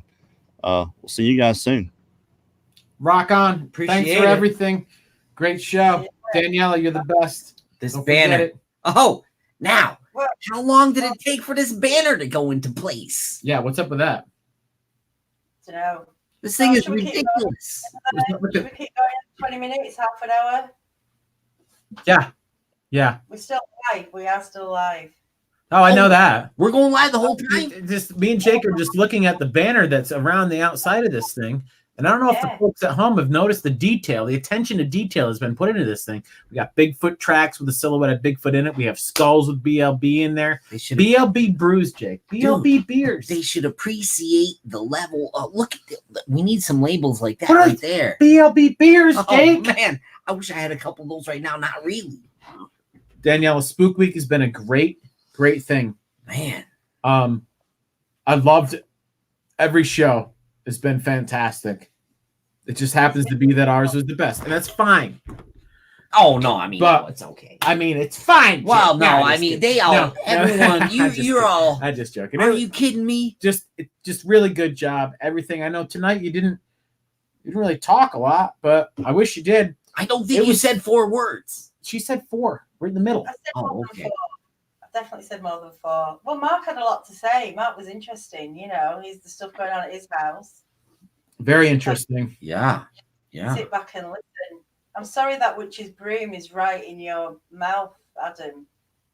It's just kind of. There's a broom?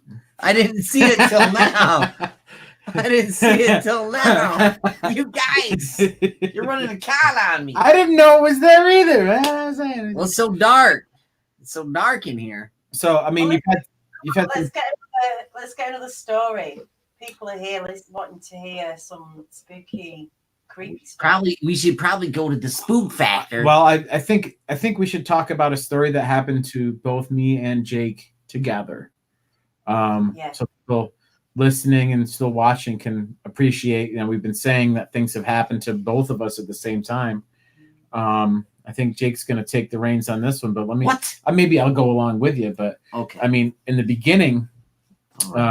Just to set the stage, so to speak, Jake and I lived together in a town about an hour and a half north of here called Lake Placid. 95.6 miles door to door. And Jake was a pizza chef, and I was a delivery guy and a prep cook and dishwasher at this place. And it would be open till late hours of the morning. Well, oftentimes till 3 o'clock in the morning, it would be open. Sometimes we'd be out of there by 3 o'clock in the morning. Sometimes we'd be out of there not till 5 in the morning. And usually once a week, Jake and I would leave Lake Placid and come home to visit friends and maybe do laundry and kind of just catch up on our home life for like a day, maybe even sometimes only for like 8 hours or so, and then make our way back home. But on this particular night, we had worked at the pizza place for, just your general long weekday thing in the middle of the summer. We got out of there probably 2:30, and we left probably around 3 a.m.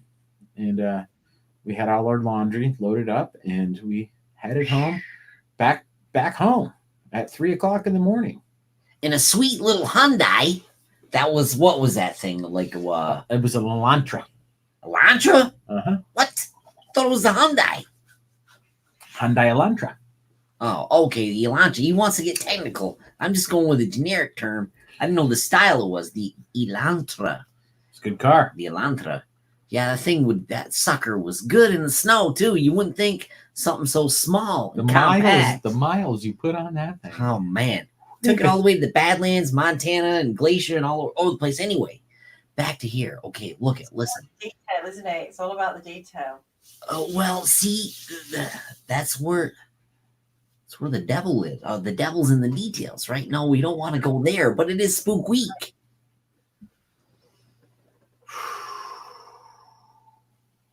Driving home from Lake Placid, okay? So there's 95 miles until you get to the Northway. There's like a 30-mile stretch.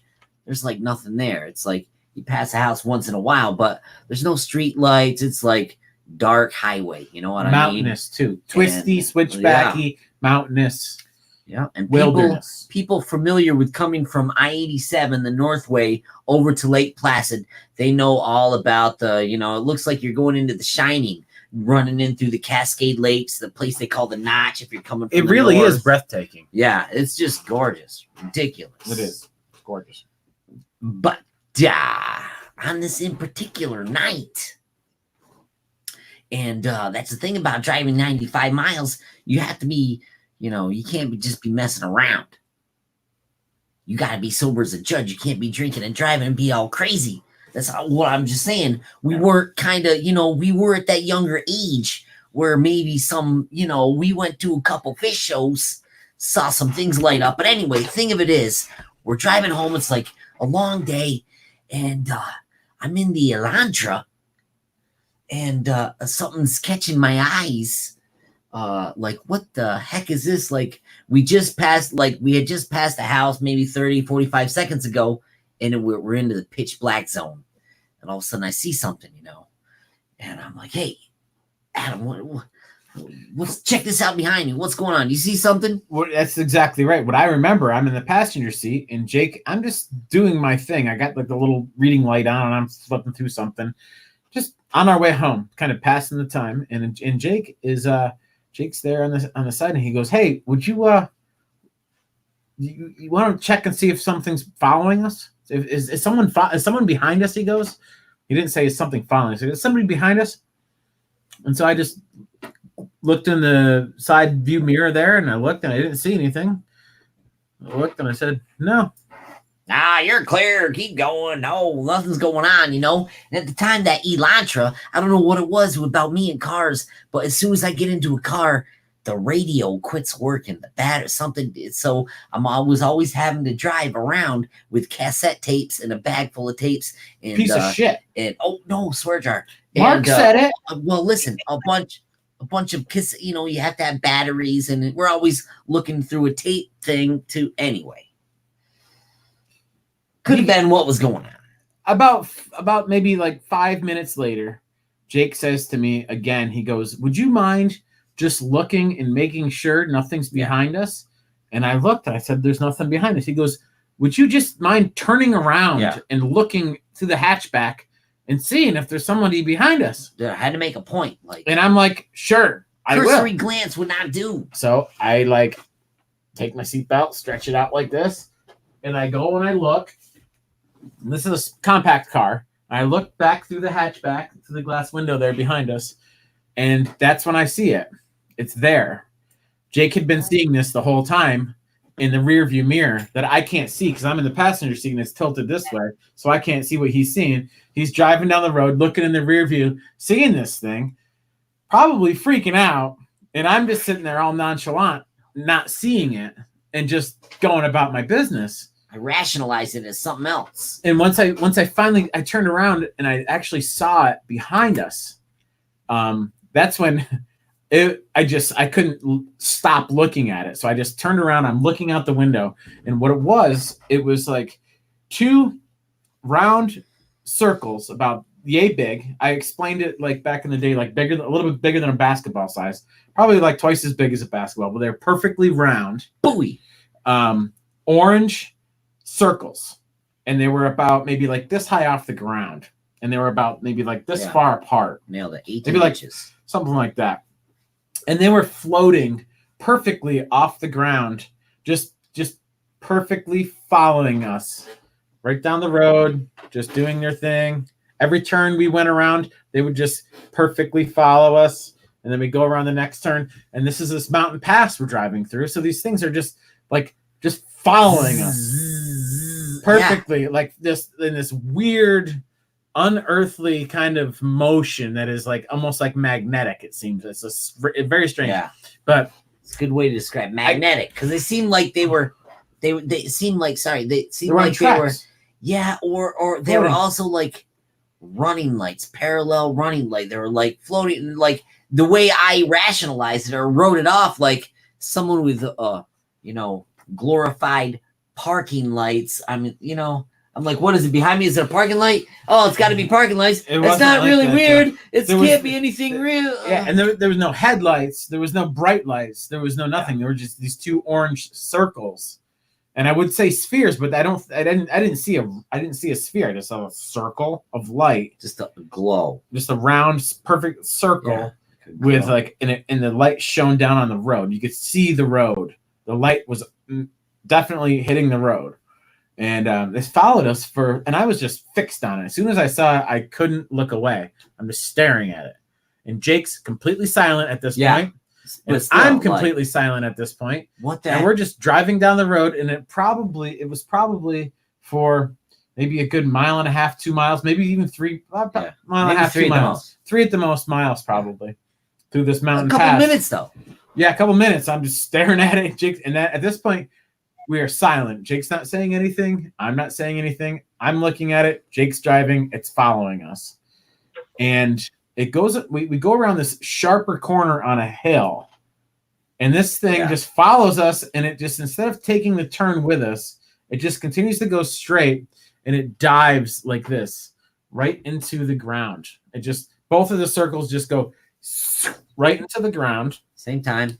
And these orange sparks just go and fly off of it, and Jake describes it very well. It's like a shooting star. Well, yeah, it's like they dove into the ground. There was a huge burst of light, it exploded out, but then it was like the embers were like a shooting star. Like as soon as they were really bright to begin with, or a firework, they lit up and then just fizzled out and gone. Nothing, just like no evidence, just like boom, it was like this and gone. It was like a fizzle out firework or a fizzle out shooting star. It was like, it was just, I mean, and then that followed us through the mountain pass wilderness, blah blah blah, for no, and then did what? For what? To what end? What was that about? And it's affected us in such a profound way. That was the first quarter of the trip at the most. We had the meat of the trip was still in front of us. Jake and I didn't say a word to each other for the entire trip. We never said anything to each other from the moment I turned around and looked out the back of the hatchback. From that point until he dropped me off at my house. And then when he dropped me off at my house, I was like, night. And that's all we said. We didn't say a single word the entire trip because I think our minds were too blown. And 98? Or how old were you at the time? Youngster. 98, yeah, 98. Time. So I don't know if anybody's out there in the chat room that's heard that story, but Daniela, what do you think about it? Well, I'll just put this question up. Did you experience missing time, do you think? Not No. on that drive. Nope. No. Definitely not. That's weird. Well, it kind of reminds me of something I heard with Paul Sinclair telling me an account of a lady who was driving, this is in England, driving down some country road one night, and all of a sudden can see some lights, just lights moving around. And as she's looking more closely, they're actually herding deer over this field. She runs into a ditch, I think, because she's staring at it so hard. And she can't work out. She thinks there's like 4 or 5 lights that are moving this deer over this kind of, through this field, over these hills. Yeah, bizarre. I mean, I can see possibly Jake running off the road if it weren't for me there in the car. He might have been too focused on what it was because he was asking me the whole time, what is it? What's going on? And so if it weren't for me there with him, maybe he would have lost focus on the road and just kind of like kept looking at it. I mean, this is no joke. What we saw is dead nuts, real, unexplainable, super freaky, and it's just one of several things that the BLB has come across. I'm just fortunate I've had nothing like that. As much as I want to experience something like that, I think I'd just be scared to. You never picked up a ghost hitchhiker on the road? Do you know what? 409? Phantom 309? I did a little bit of taxi driving after I was a trucker, and I picked up a gentleman from the train station, and he wanted to go to a cemetery, and he was dressed really kind of in not old style clothes, but kind of a little bit different. He had a big light brim hat on and a long coat, and he had this unusual way of carrying flowers. They were in a box. It was like he'd like these hand-picked these flowers, I think, and they were in a box, and he wanted me to take him to the cemetery. And the conversation on the way there was it kind of taught me a bit of a lesson. It gave me some good advice, basically, and it was somewhat simple, but it was about fixed cost and running costs and how it's good to invest in, it sounds so boring, but it was, I just bought my house, and it was a really sort of good conversation to have, and he was teaching me about basically how to save money and stuff like that. But I just felt there was something more to the story, the way he was talking. Anyway, I dropped him off. As you drive up the drive to this cemetery, you go through the gates, and it takes you up to a hill. There's like a little turnaround, and I dropped him off at the top, and then I just turned around, and as I went back down, I looked through the mirrors and that, and he was just gone. Like, you could see everything, but I just couldn't see him. And I just remember thinking, God, he's disappeared really quick. So you've gotten to see something that I've never seen, but I've heard a lot about. It's like a physical ghost. Like, a lot of times people explain these ghosts like they seem real. That's a lot of times the ghosts that people experience aren't these floating apparitions you can see through, and they're not this and that. They look like a real person right in front of you, and then they're not there. And that seems to me, honestly, like more of the encounters in the ghost stories seem to be more like that, like than the then there's the ones that are totally invisible and the poltergeists, and you don't know what they are. But as far as like a human ghost thing, oftentimes it's like it looks like a real person. My mom's got stories like that where it's like this real person there, and then they're just boom, gone. Yeah. I don't even know how the conversation started, but I'm listening to him thinking, this feels like maybe my granddad giving me So this is some kind of conversation you think your granddad might be giving you, or some old wise family member, or something. That's what I was gonna say too. Yeah, I was gonna And I think mention he was that. saying he was going to visit his sister's grave, and just this box of flowers he had was really unusual.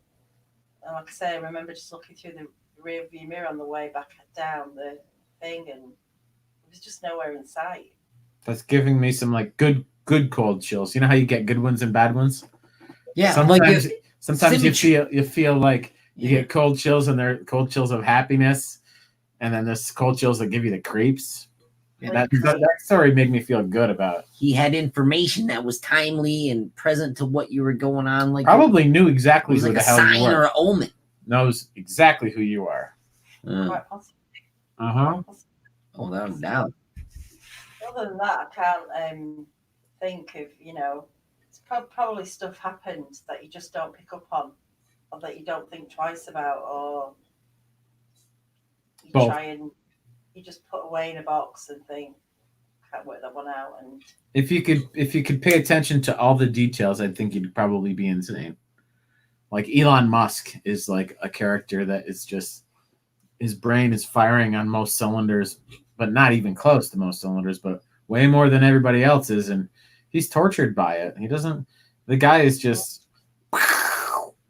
his head's going nuts, I mean, imagine being like that. And Thank goodness. We're probably lucky we can't see everything. yeah, definitely. But we're also lucky that we can see more than the average Joe, too, because, I mean, everybody on this show and everybody that comes to these shows is a special person in one way or another, I think. So that's just how I feel. Doesn't mean you have to buy into this. It's each to their own. Each to their own. Each to their own. They say in Scroon Lake. I mean, Well, have we got one more? Why not? I have one that just happened to me a couple of years ago, again on a work site. It's a scary story. Go for it. I'll make it quick.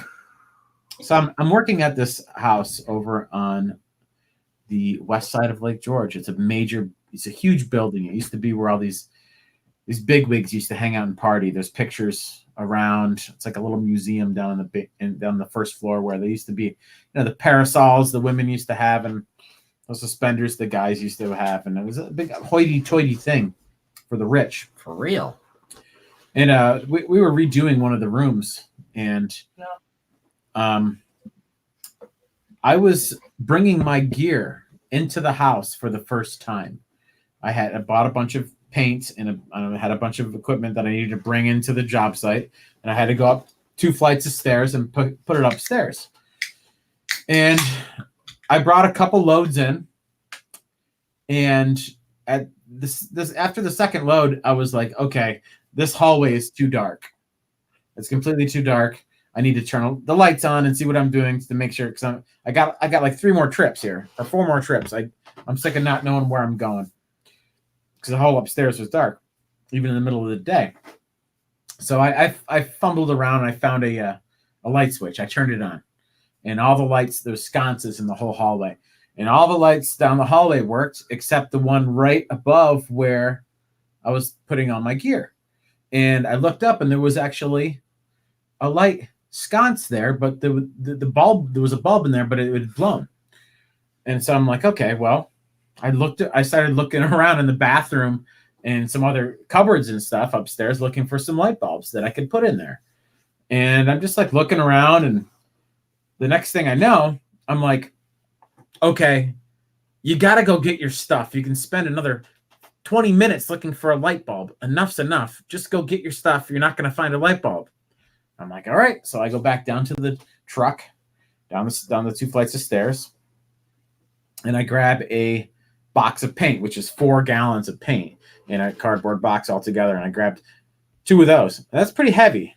And so I start walking back up the stairs, and halfway up the flight of stairs, and I'm looking down, looking at my steps as I'm walking up the stairs, because I got to be careful with this stuff. If I drop the paint, it can be disastrous. And so I'm about halfway up the flight of stairs looking down the whole time, watching my step, and then all of a sudden, right in front of my face, I look up and there's this little door that had opened from the side stairwell over here on my left. It had opened like this, and it was blocking the stairway. And I had this boxes of paint in my hand. I just went over here like this, nudged it quick with my elbow and shut it, walked upstairs and sat my paint down. And I just sat there at the top of the stairs, and it was just like bothered, extremely bothered. I'm like, what the hell is going on? I just made 2 trips up those stairs. That door wasn't in my face. I never opened it up. It was just all of a sudden right there. It's like, it's hard to picture here without showing you guys exactly what's going on, but it's just like this little door. It was probably, 2 by 2. This little 2 by 2 door in the side of the stairwell. It had just somehow opened up. And anyway, I'm sitting there with all my paint is on the ground, sitting there on the floor. I'm sitting there and halfway in the dark, and I'm just like shaking my head. I'm thinking to myself, this isn't right. Something doesn't feel right about this. It doesn't feel right. I'm creeped out. I was super creeped out. I'm like, should I go look and see what's in that door? Should I go open that thing up and look in there? Oh, no. And I'm like thinking to myself, don't do it. Don't do it.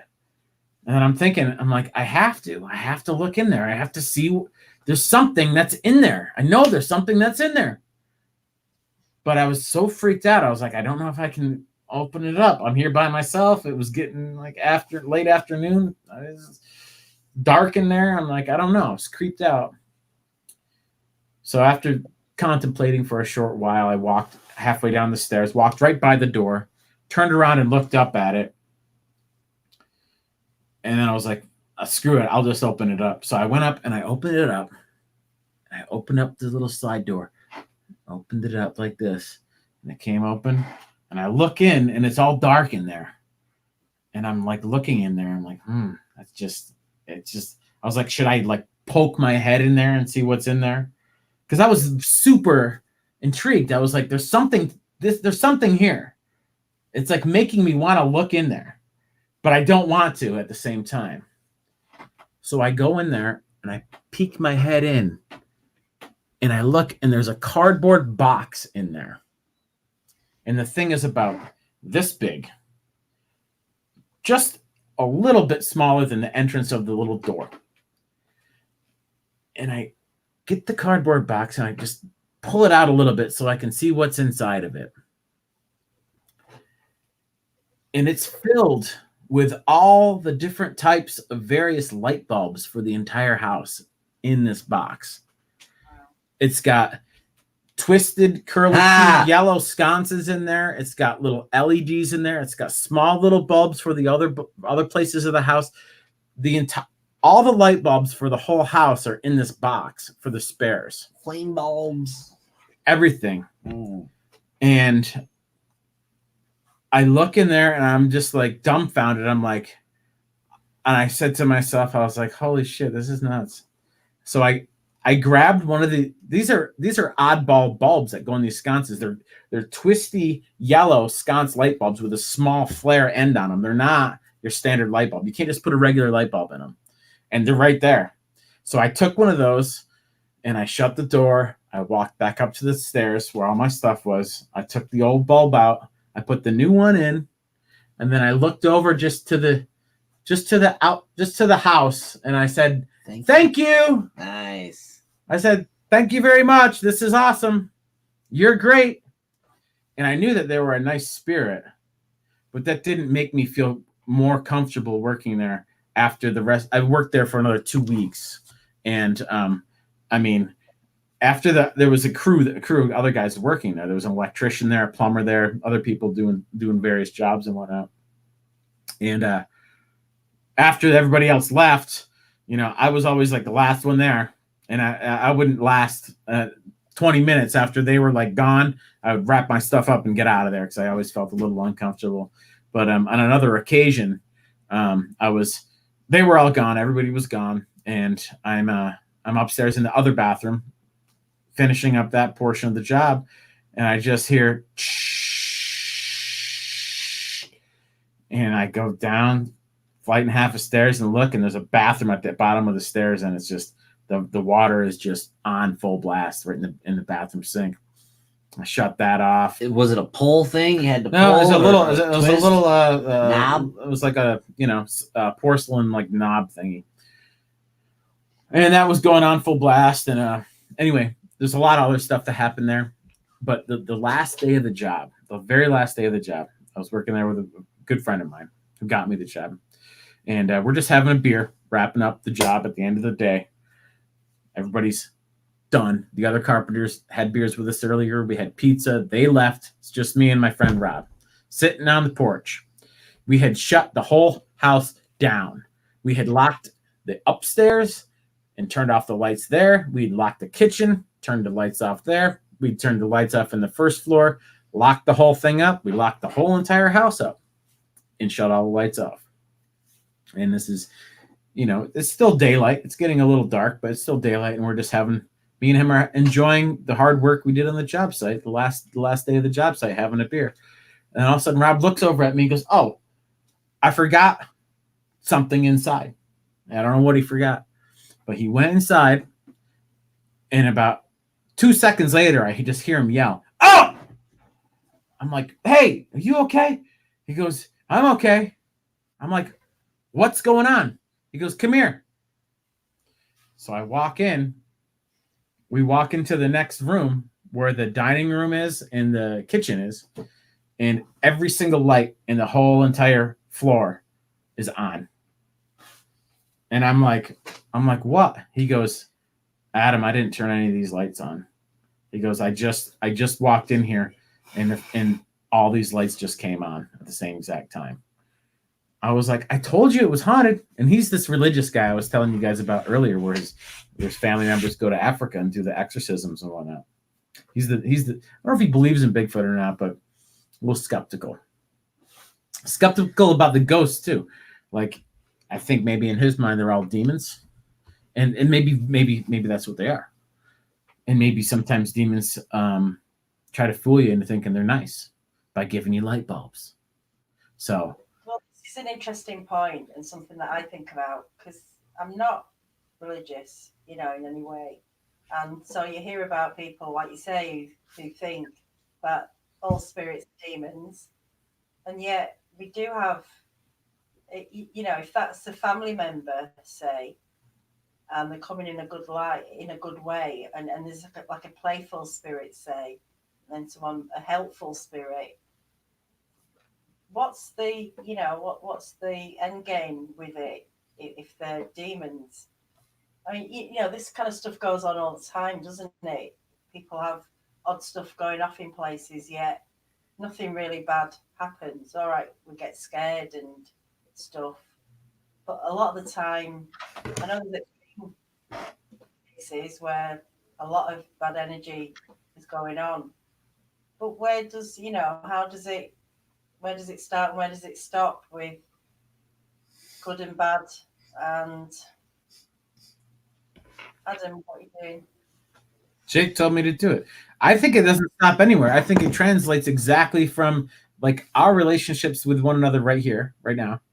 I mean, I think it's very similar. I think it's a very similar paradigm where that we can interact with people right here, humans, and we can have people that we don't know lead us down the garden path, tell us things that aren't true, and we can believe them, and we're all happy and think that they're doing us a favor when really they have a devious plan behind their back.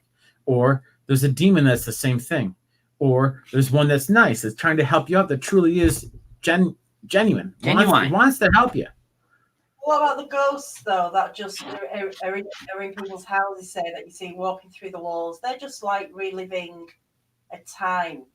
They're not interacting with you. There seems to be category. Yeah, that's what I'm saying. So that's like a skipping record energy. Yeah, a residual energy, say, or some maybe, or a memory playing over. I don't know. So maybe what Mark and Melanie are experiencing are the negative energies that the previous homeowner had before his suicide. Maybe like, you know, all of the angst and you know, maybe that it's like you know, it's like an energy thing or something, something held over. I wanted to ask him if it was heightened when they were arguing all the time. Maybe, you know, when they were falling out and rowing and stuff. I wonder if it was, Yeah. you know, heightened, if it sort of fed off that. Yeah. I mean, like I was telling him, and I talked to you a little bit before the show, you know, months prior to this. I lived in a place like that. And it wasn't very far from where Jake had his experience when he was a child up in North River. It was seriously, I could hit a golf ball to it. Yeah, within 300, it was 250 yards away. I could have hit a golf. I mean, not every day do I hit a golf ball that far, but hey, on a good one. on a good one, I could hit one that far, especially from up there. But these things that happened up there were nefarious. The energy was dark. It made me feel disgusting. Like it had this disgusting energy. It was like this gross feeling. It was No bueno. I mean, when all this stuff first started, when I moved in there, it felt like something really just awful was breathing right down my neck, looking right like Jake, stand here. Okay, I'll It let's felt, get into it felt like something was like this. Really, right there? Just mix up for Just right over me. No, I had Tony's Pizza. You got it. oh Sabrine. So it really felt like that was happening, like right over top of me. When I was vacuuming the carpet, I'd have the vacuum going, and as soon as I start getting the vacuum going, this sensation would come right over my shoulders, and then I'd unplug it and look, and I would never see anything. And the house, I noticed, had lots of insects in it. These bugs, these creatures were all over the place, especially in and around the sinks. This is in the middle of the winter time. And I'm an Adirondack guy. I've lived here my whole life. There's no insects crawling around your house in the wintertime. Maybe down in the basement, but not much. Everything's pretty much dormant in the winter. This place had these little weird bugs all over the place all the time. And I would kill them. And I would put like insect traps out. And nothing ever put them at bay. They'd be in the shower. They'd be in the sink. They'd be, as soon as I walk in the door, they'd be on the ground. They're all over the place. I never thought anything about that until just a couple of weeks ago. I was watching some kind of paranormal show where this lady was like, "Oh, lots of insects in the house. That means there's a demonic presence." I'm like, well, that makes a lot of sense. What? You got a demon? I could go on, and I would like to, but I don't want to either, because I mean it would seriously take hours. But there's so many things that happened in that house that paralleled what Mark Zasky was saying about his experiences there. I mean, the thing landing next to him on the side of the room. I mean, we had this thing. I mean, it was 4 of us in the house watching a movie. We're just about ready to pass out. We're falling asleep. It's in the middle of the winter. Got the wood stove going. It's nice and warm. We're just chill. And this boom, super loud boom happens from upstairs. And there's 2 bedrooms and a small little closet upstairs is all there was. This boom was so loud. I mean, it shook the house and it woke everybody up in the downstairs. Everybody was like wide-eyed. They had like their eyes were big as saucers. Everybody's looking at each other like, what the hell's going on here? And I was awake. I wasn't asleep when it happened. So I was watching. I wasn't asleep yet. I was totally awake when I heard it. So I know that it came from upstairs. So I got my roommate and we slowly walked upstairs and creeped around, and nothing was out of place. Nothing. Everything was exactly where it needed to be. But I noticed in the spare bedroom there was a big wooden trunk. So yay big. And it was filled with something. I'm not sure what was in there, but it was very heavy. And it had a lock on it. And this thing was, I mean, I tried to lift it up a little bit. I could lift up one side of it. I wouldn't be able to carry it by myself anywhere. And it just seemed like that thing came up off the ground maybe like 3 feet or more. and was just dropped right on the freaking ground, right on the floor above us. I mean, the whole house shook. And I'm trying to explain this in the as serious as I can, because it was major. It wasn't just a little thing that happened. And there's lots of other things like that happen all the time. I mean, it was the middle of the winter. We'd make sure all the doors were locked. We locked our door. We locked all the windows. I'd come home. I always got home about an hour before my roommate, and all the windows in the upstairs would be wide open. It happened all the time. And I'm just like, John, what the hell's going on with the windows? And he's like, I don't know. What do you mean? And he'd always like tell me, I don't know. What do you mean?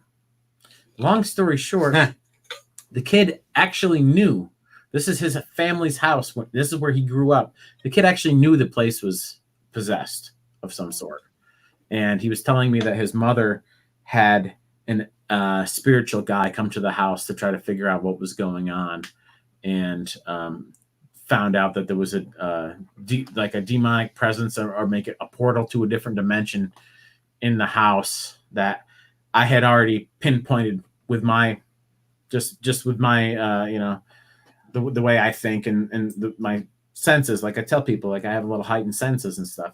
And I always used to sit on the couch in the middle of the floor, in the middle of the living room. There's two couches. I'd sit on one of them right in the middle. And when I looked into this mirror that was on the stairwell, I looked into this one mirror, and the reflection I saw in the mirror when I sat in the middle of the one couch gave me the creeps. It always gave me the creeps. I didn't know what it was to it, but if I moved one cushion over and looked in the mirror, I didn't get the creeps, or on the other way. I had to sit right in the middle of the couch and look at the mirror on the stairs, and the reflection that it gave me that disgusting feeling. And it was so strong that I actually tested it on my friend. I had my friend sit down on the couch. I said, Jason, why don't you sit down here and look up into that mirror and just tell me what you think? He's like, why? I go, I don't know, just do it. Humor me. He did it for about 10 seconds and got up and said, I don't like that. And so I investigated the spot where it was reflecting this one little spot up in the stairs. I went up there and looked around for some evidence, maybe a secret message or some kind of like something etched in the wall or anything. I couldn't find anything. And long story short, I ended up moving out because of like a dramatic thing that happened. A paranormal thing happened. The stereo system came on at full volume, exactly to a part of a song that was in my head at the exact same time. And this stereo couldn't have possibly done it. It just did, and it came on full volume. What year? I couldn't tell you right offhand. But anyway, we left because of that. And I went back later to gather my things, and the guy whose house it was like, why are you leaving? I go, this place is too messed up for me. And then he admitted that his mother had a shaman come to the house to find out what was going on, and some other spiritual guys. And I go, what did they find? He goes, well, they said he starts laughing. He goes, I guess there's some kind of portal right there. He pointed exactly to the same friggin' spot that mirror reflected up in the rafter. The same exact spot. I'm getting cold chills right now thinking about it. God's honest truth. Someone just said that mirrors can be portals. So, God's honest truth. Yeah. There's definitely something Scary. going on. I didn't want to tell that story, but I did. Didn't want to tell that story, but it is spooky. Yeah. Yeah. It's weird. I have a spot actually in my house. It's not happened for a while, but it's when I come into the kitchen, I walk into a hot spot and there's nothing on. Cooker's not on, the kettle's not been on. I don't have any heating in there. And there's a spot that I get to every now and again where I feel like I need to check the cooker. It feels like that kind of heat. And there's nothing there. Yeah. It's really weird. I always walk into it. I can feel the change, like a change in. It doesn't feel bad, but I just think, what is that? It feels like heat that's not there. So it happens to me all the time. So it reminds me of frequencies and currents, like in a lake when you get to warm or cold spots, a cold thing, and same kind of feeling, same kind of flow. You're the first person that's ever described that sensation. You're the first person I've ever heard having that sensation. That happens to me regularly, and I'll turn around even Flash. from here to here. I can feel warmth right here, but not here. Like I'll turn, and it seems like almost someone's got like a hot, like a light on my face. And it goes just as quick as well. Exactly. I can't find it again. That's Yeah, 'cause exactly normally right. It's normally like cold spots, isn't it? People feel this is definitely a warm. So Definitely, it's like having, like I said, it's like if somebody had a heat lamp or something and just like flashed it in front of your face really quickly. That's what it feels like. Like a torch Weird. going by. Yeah. Weird. Even was Mark talking about like he heard that ghost dog. You know, have you ever experienced anything It's a Great Dane, guaranteed. ghost dog related? Like the house, well, our old house, I'm sitting on the couch. Kate's asleep next to me on the couch. The dogs are both on either side, you know, so this is back a few years, but the dogs are sacked out on the couch. We're all snug as a bug in a rug up here, right? So all of a sudden, we're the only people in the house. And I hear the sound of my dog, my late dog, Kip, jumping off the bed and hitting the ground. I hear the jingle of his collar. I hear that sound of him hitting the floor. Are you kidding me? I hit that, you know, you hear that, and I'm looking around, everyone's asleep, and I'm like, oh, bud. Or was that Kipper or Wilson, like in other dogs that we've lost? But dude, that house, and I've heard that sound tons of times, and I've also heard like the nails on the hardwood floors upstairs, like the dog walking through the bathroom or the bedroom, or you know, like, yeah, just weird.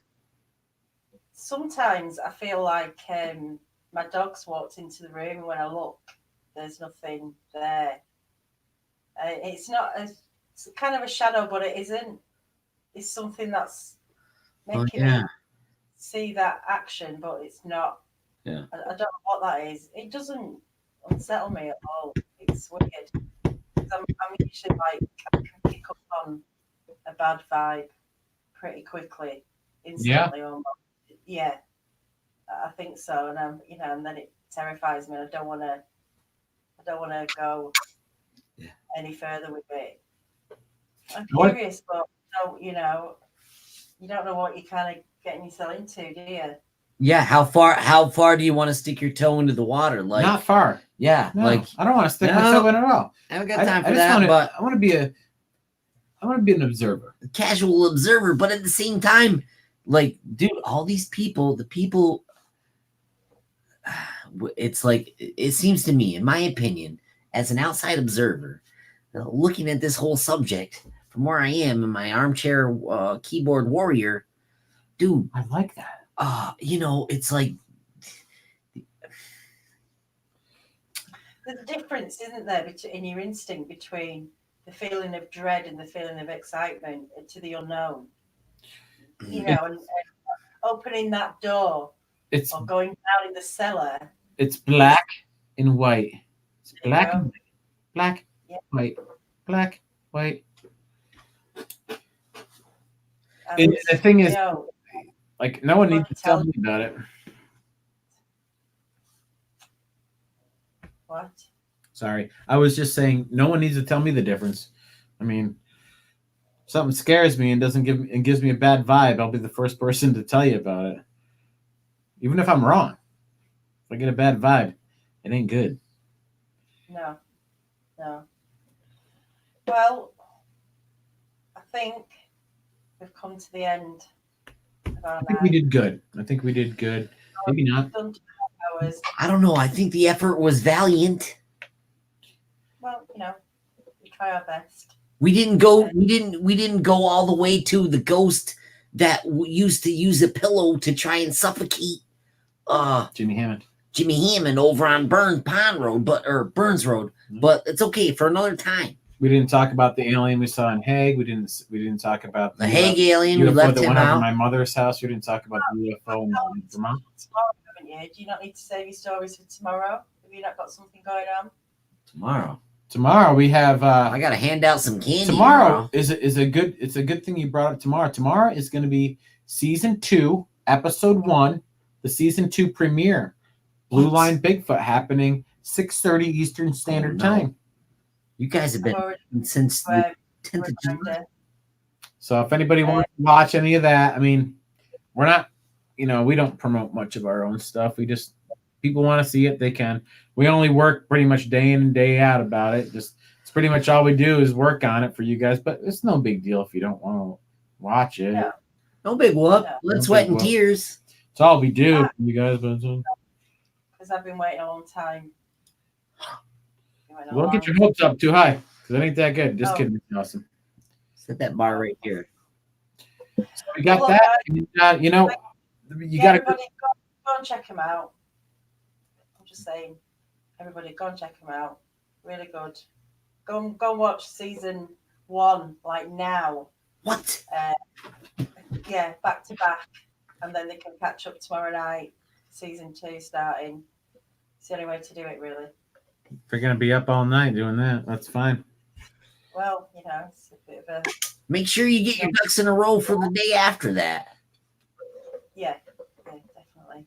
Well, Daniela, I hope you have a good show tomorrow with the guys. I mean, that's pretty impressive. You have Tony Merkel and, who is it? Wes Grammer? Wes, dude. It's the white whales coming into the show. What's his name? Wes Grammer? Wes Grammer, he's coming in the show with Tony Merkels. Yeah, Tony Merkels. They're going to have a confessional. Yeah, it's going to be amazing. Dude, are you kidding me? How do you feel about that? Are you excited? I mean, you got stuff. I know you probably got a punch list. To both of them for, a good 2 years. Yeah. Kind of been my comfort blanket. You know what it's like when you're listening to them, and Wes especially. I don't want to big him up too much but yeah, you, me, Adam, you know what it's like. Every night, Daniela, knows. every night for the last 4 years, every single night, I do not sleep without Sasquatch Chronicles in my earbuds. No. And if I camp or if I go something like that, then I download it onto something and I bring it with me.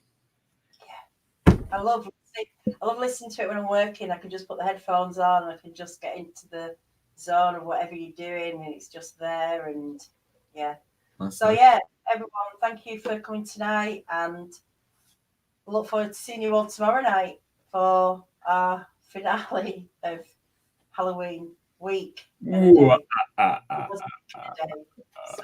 a big night, guys. Have a great and safe Halloween, would you now? Seriously. Thanks so much for the banner, Daniela. You're welcome. See you all. Good night. Night.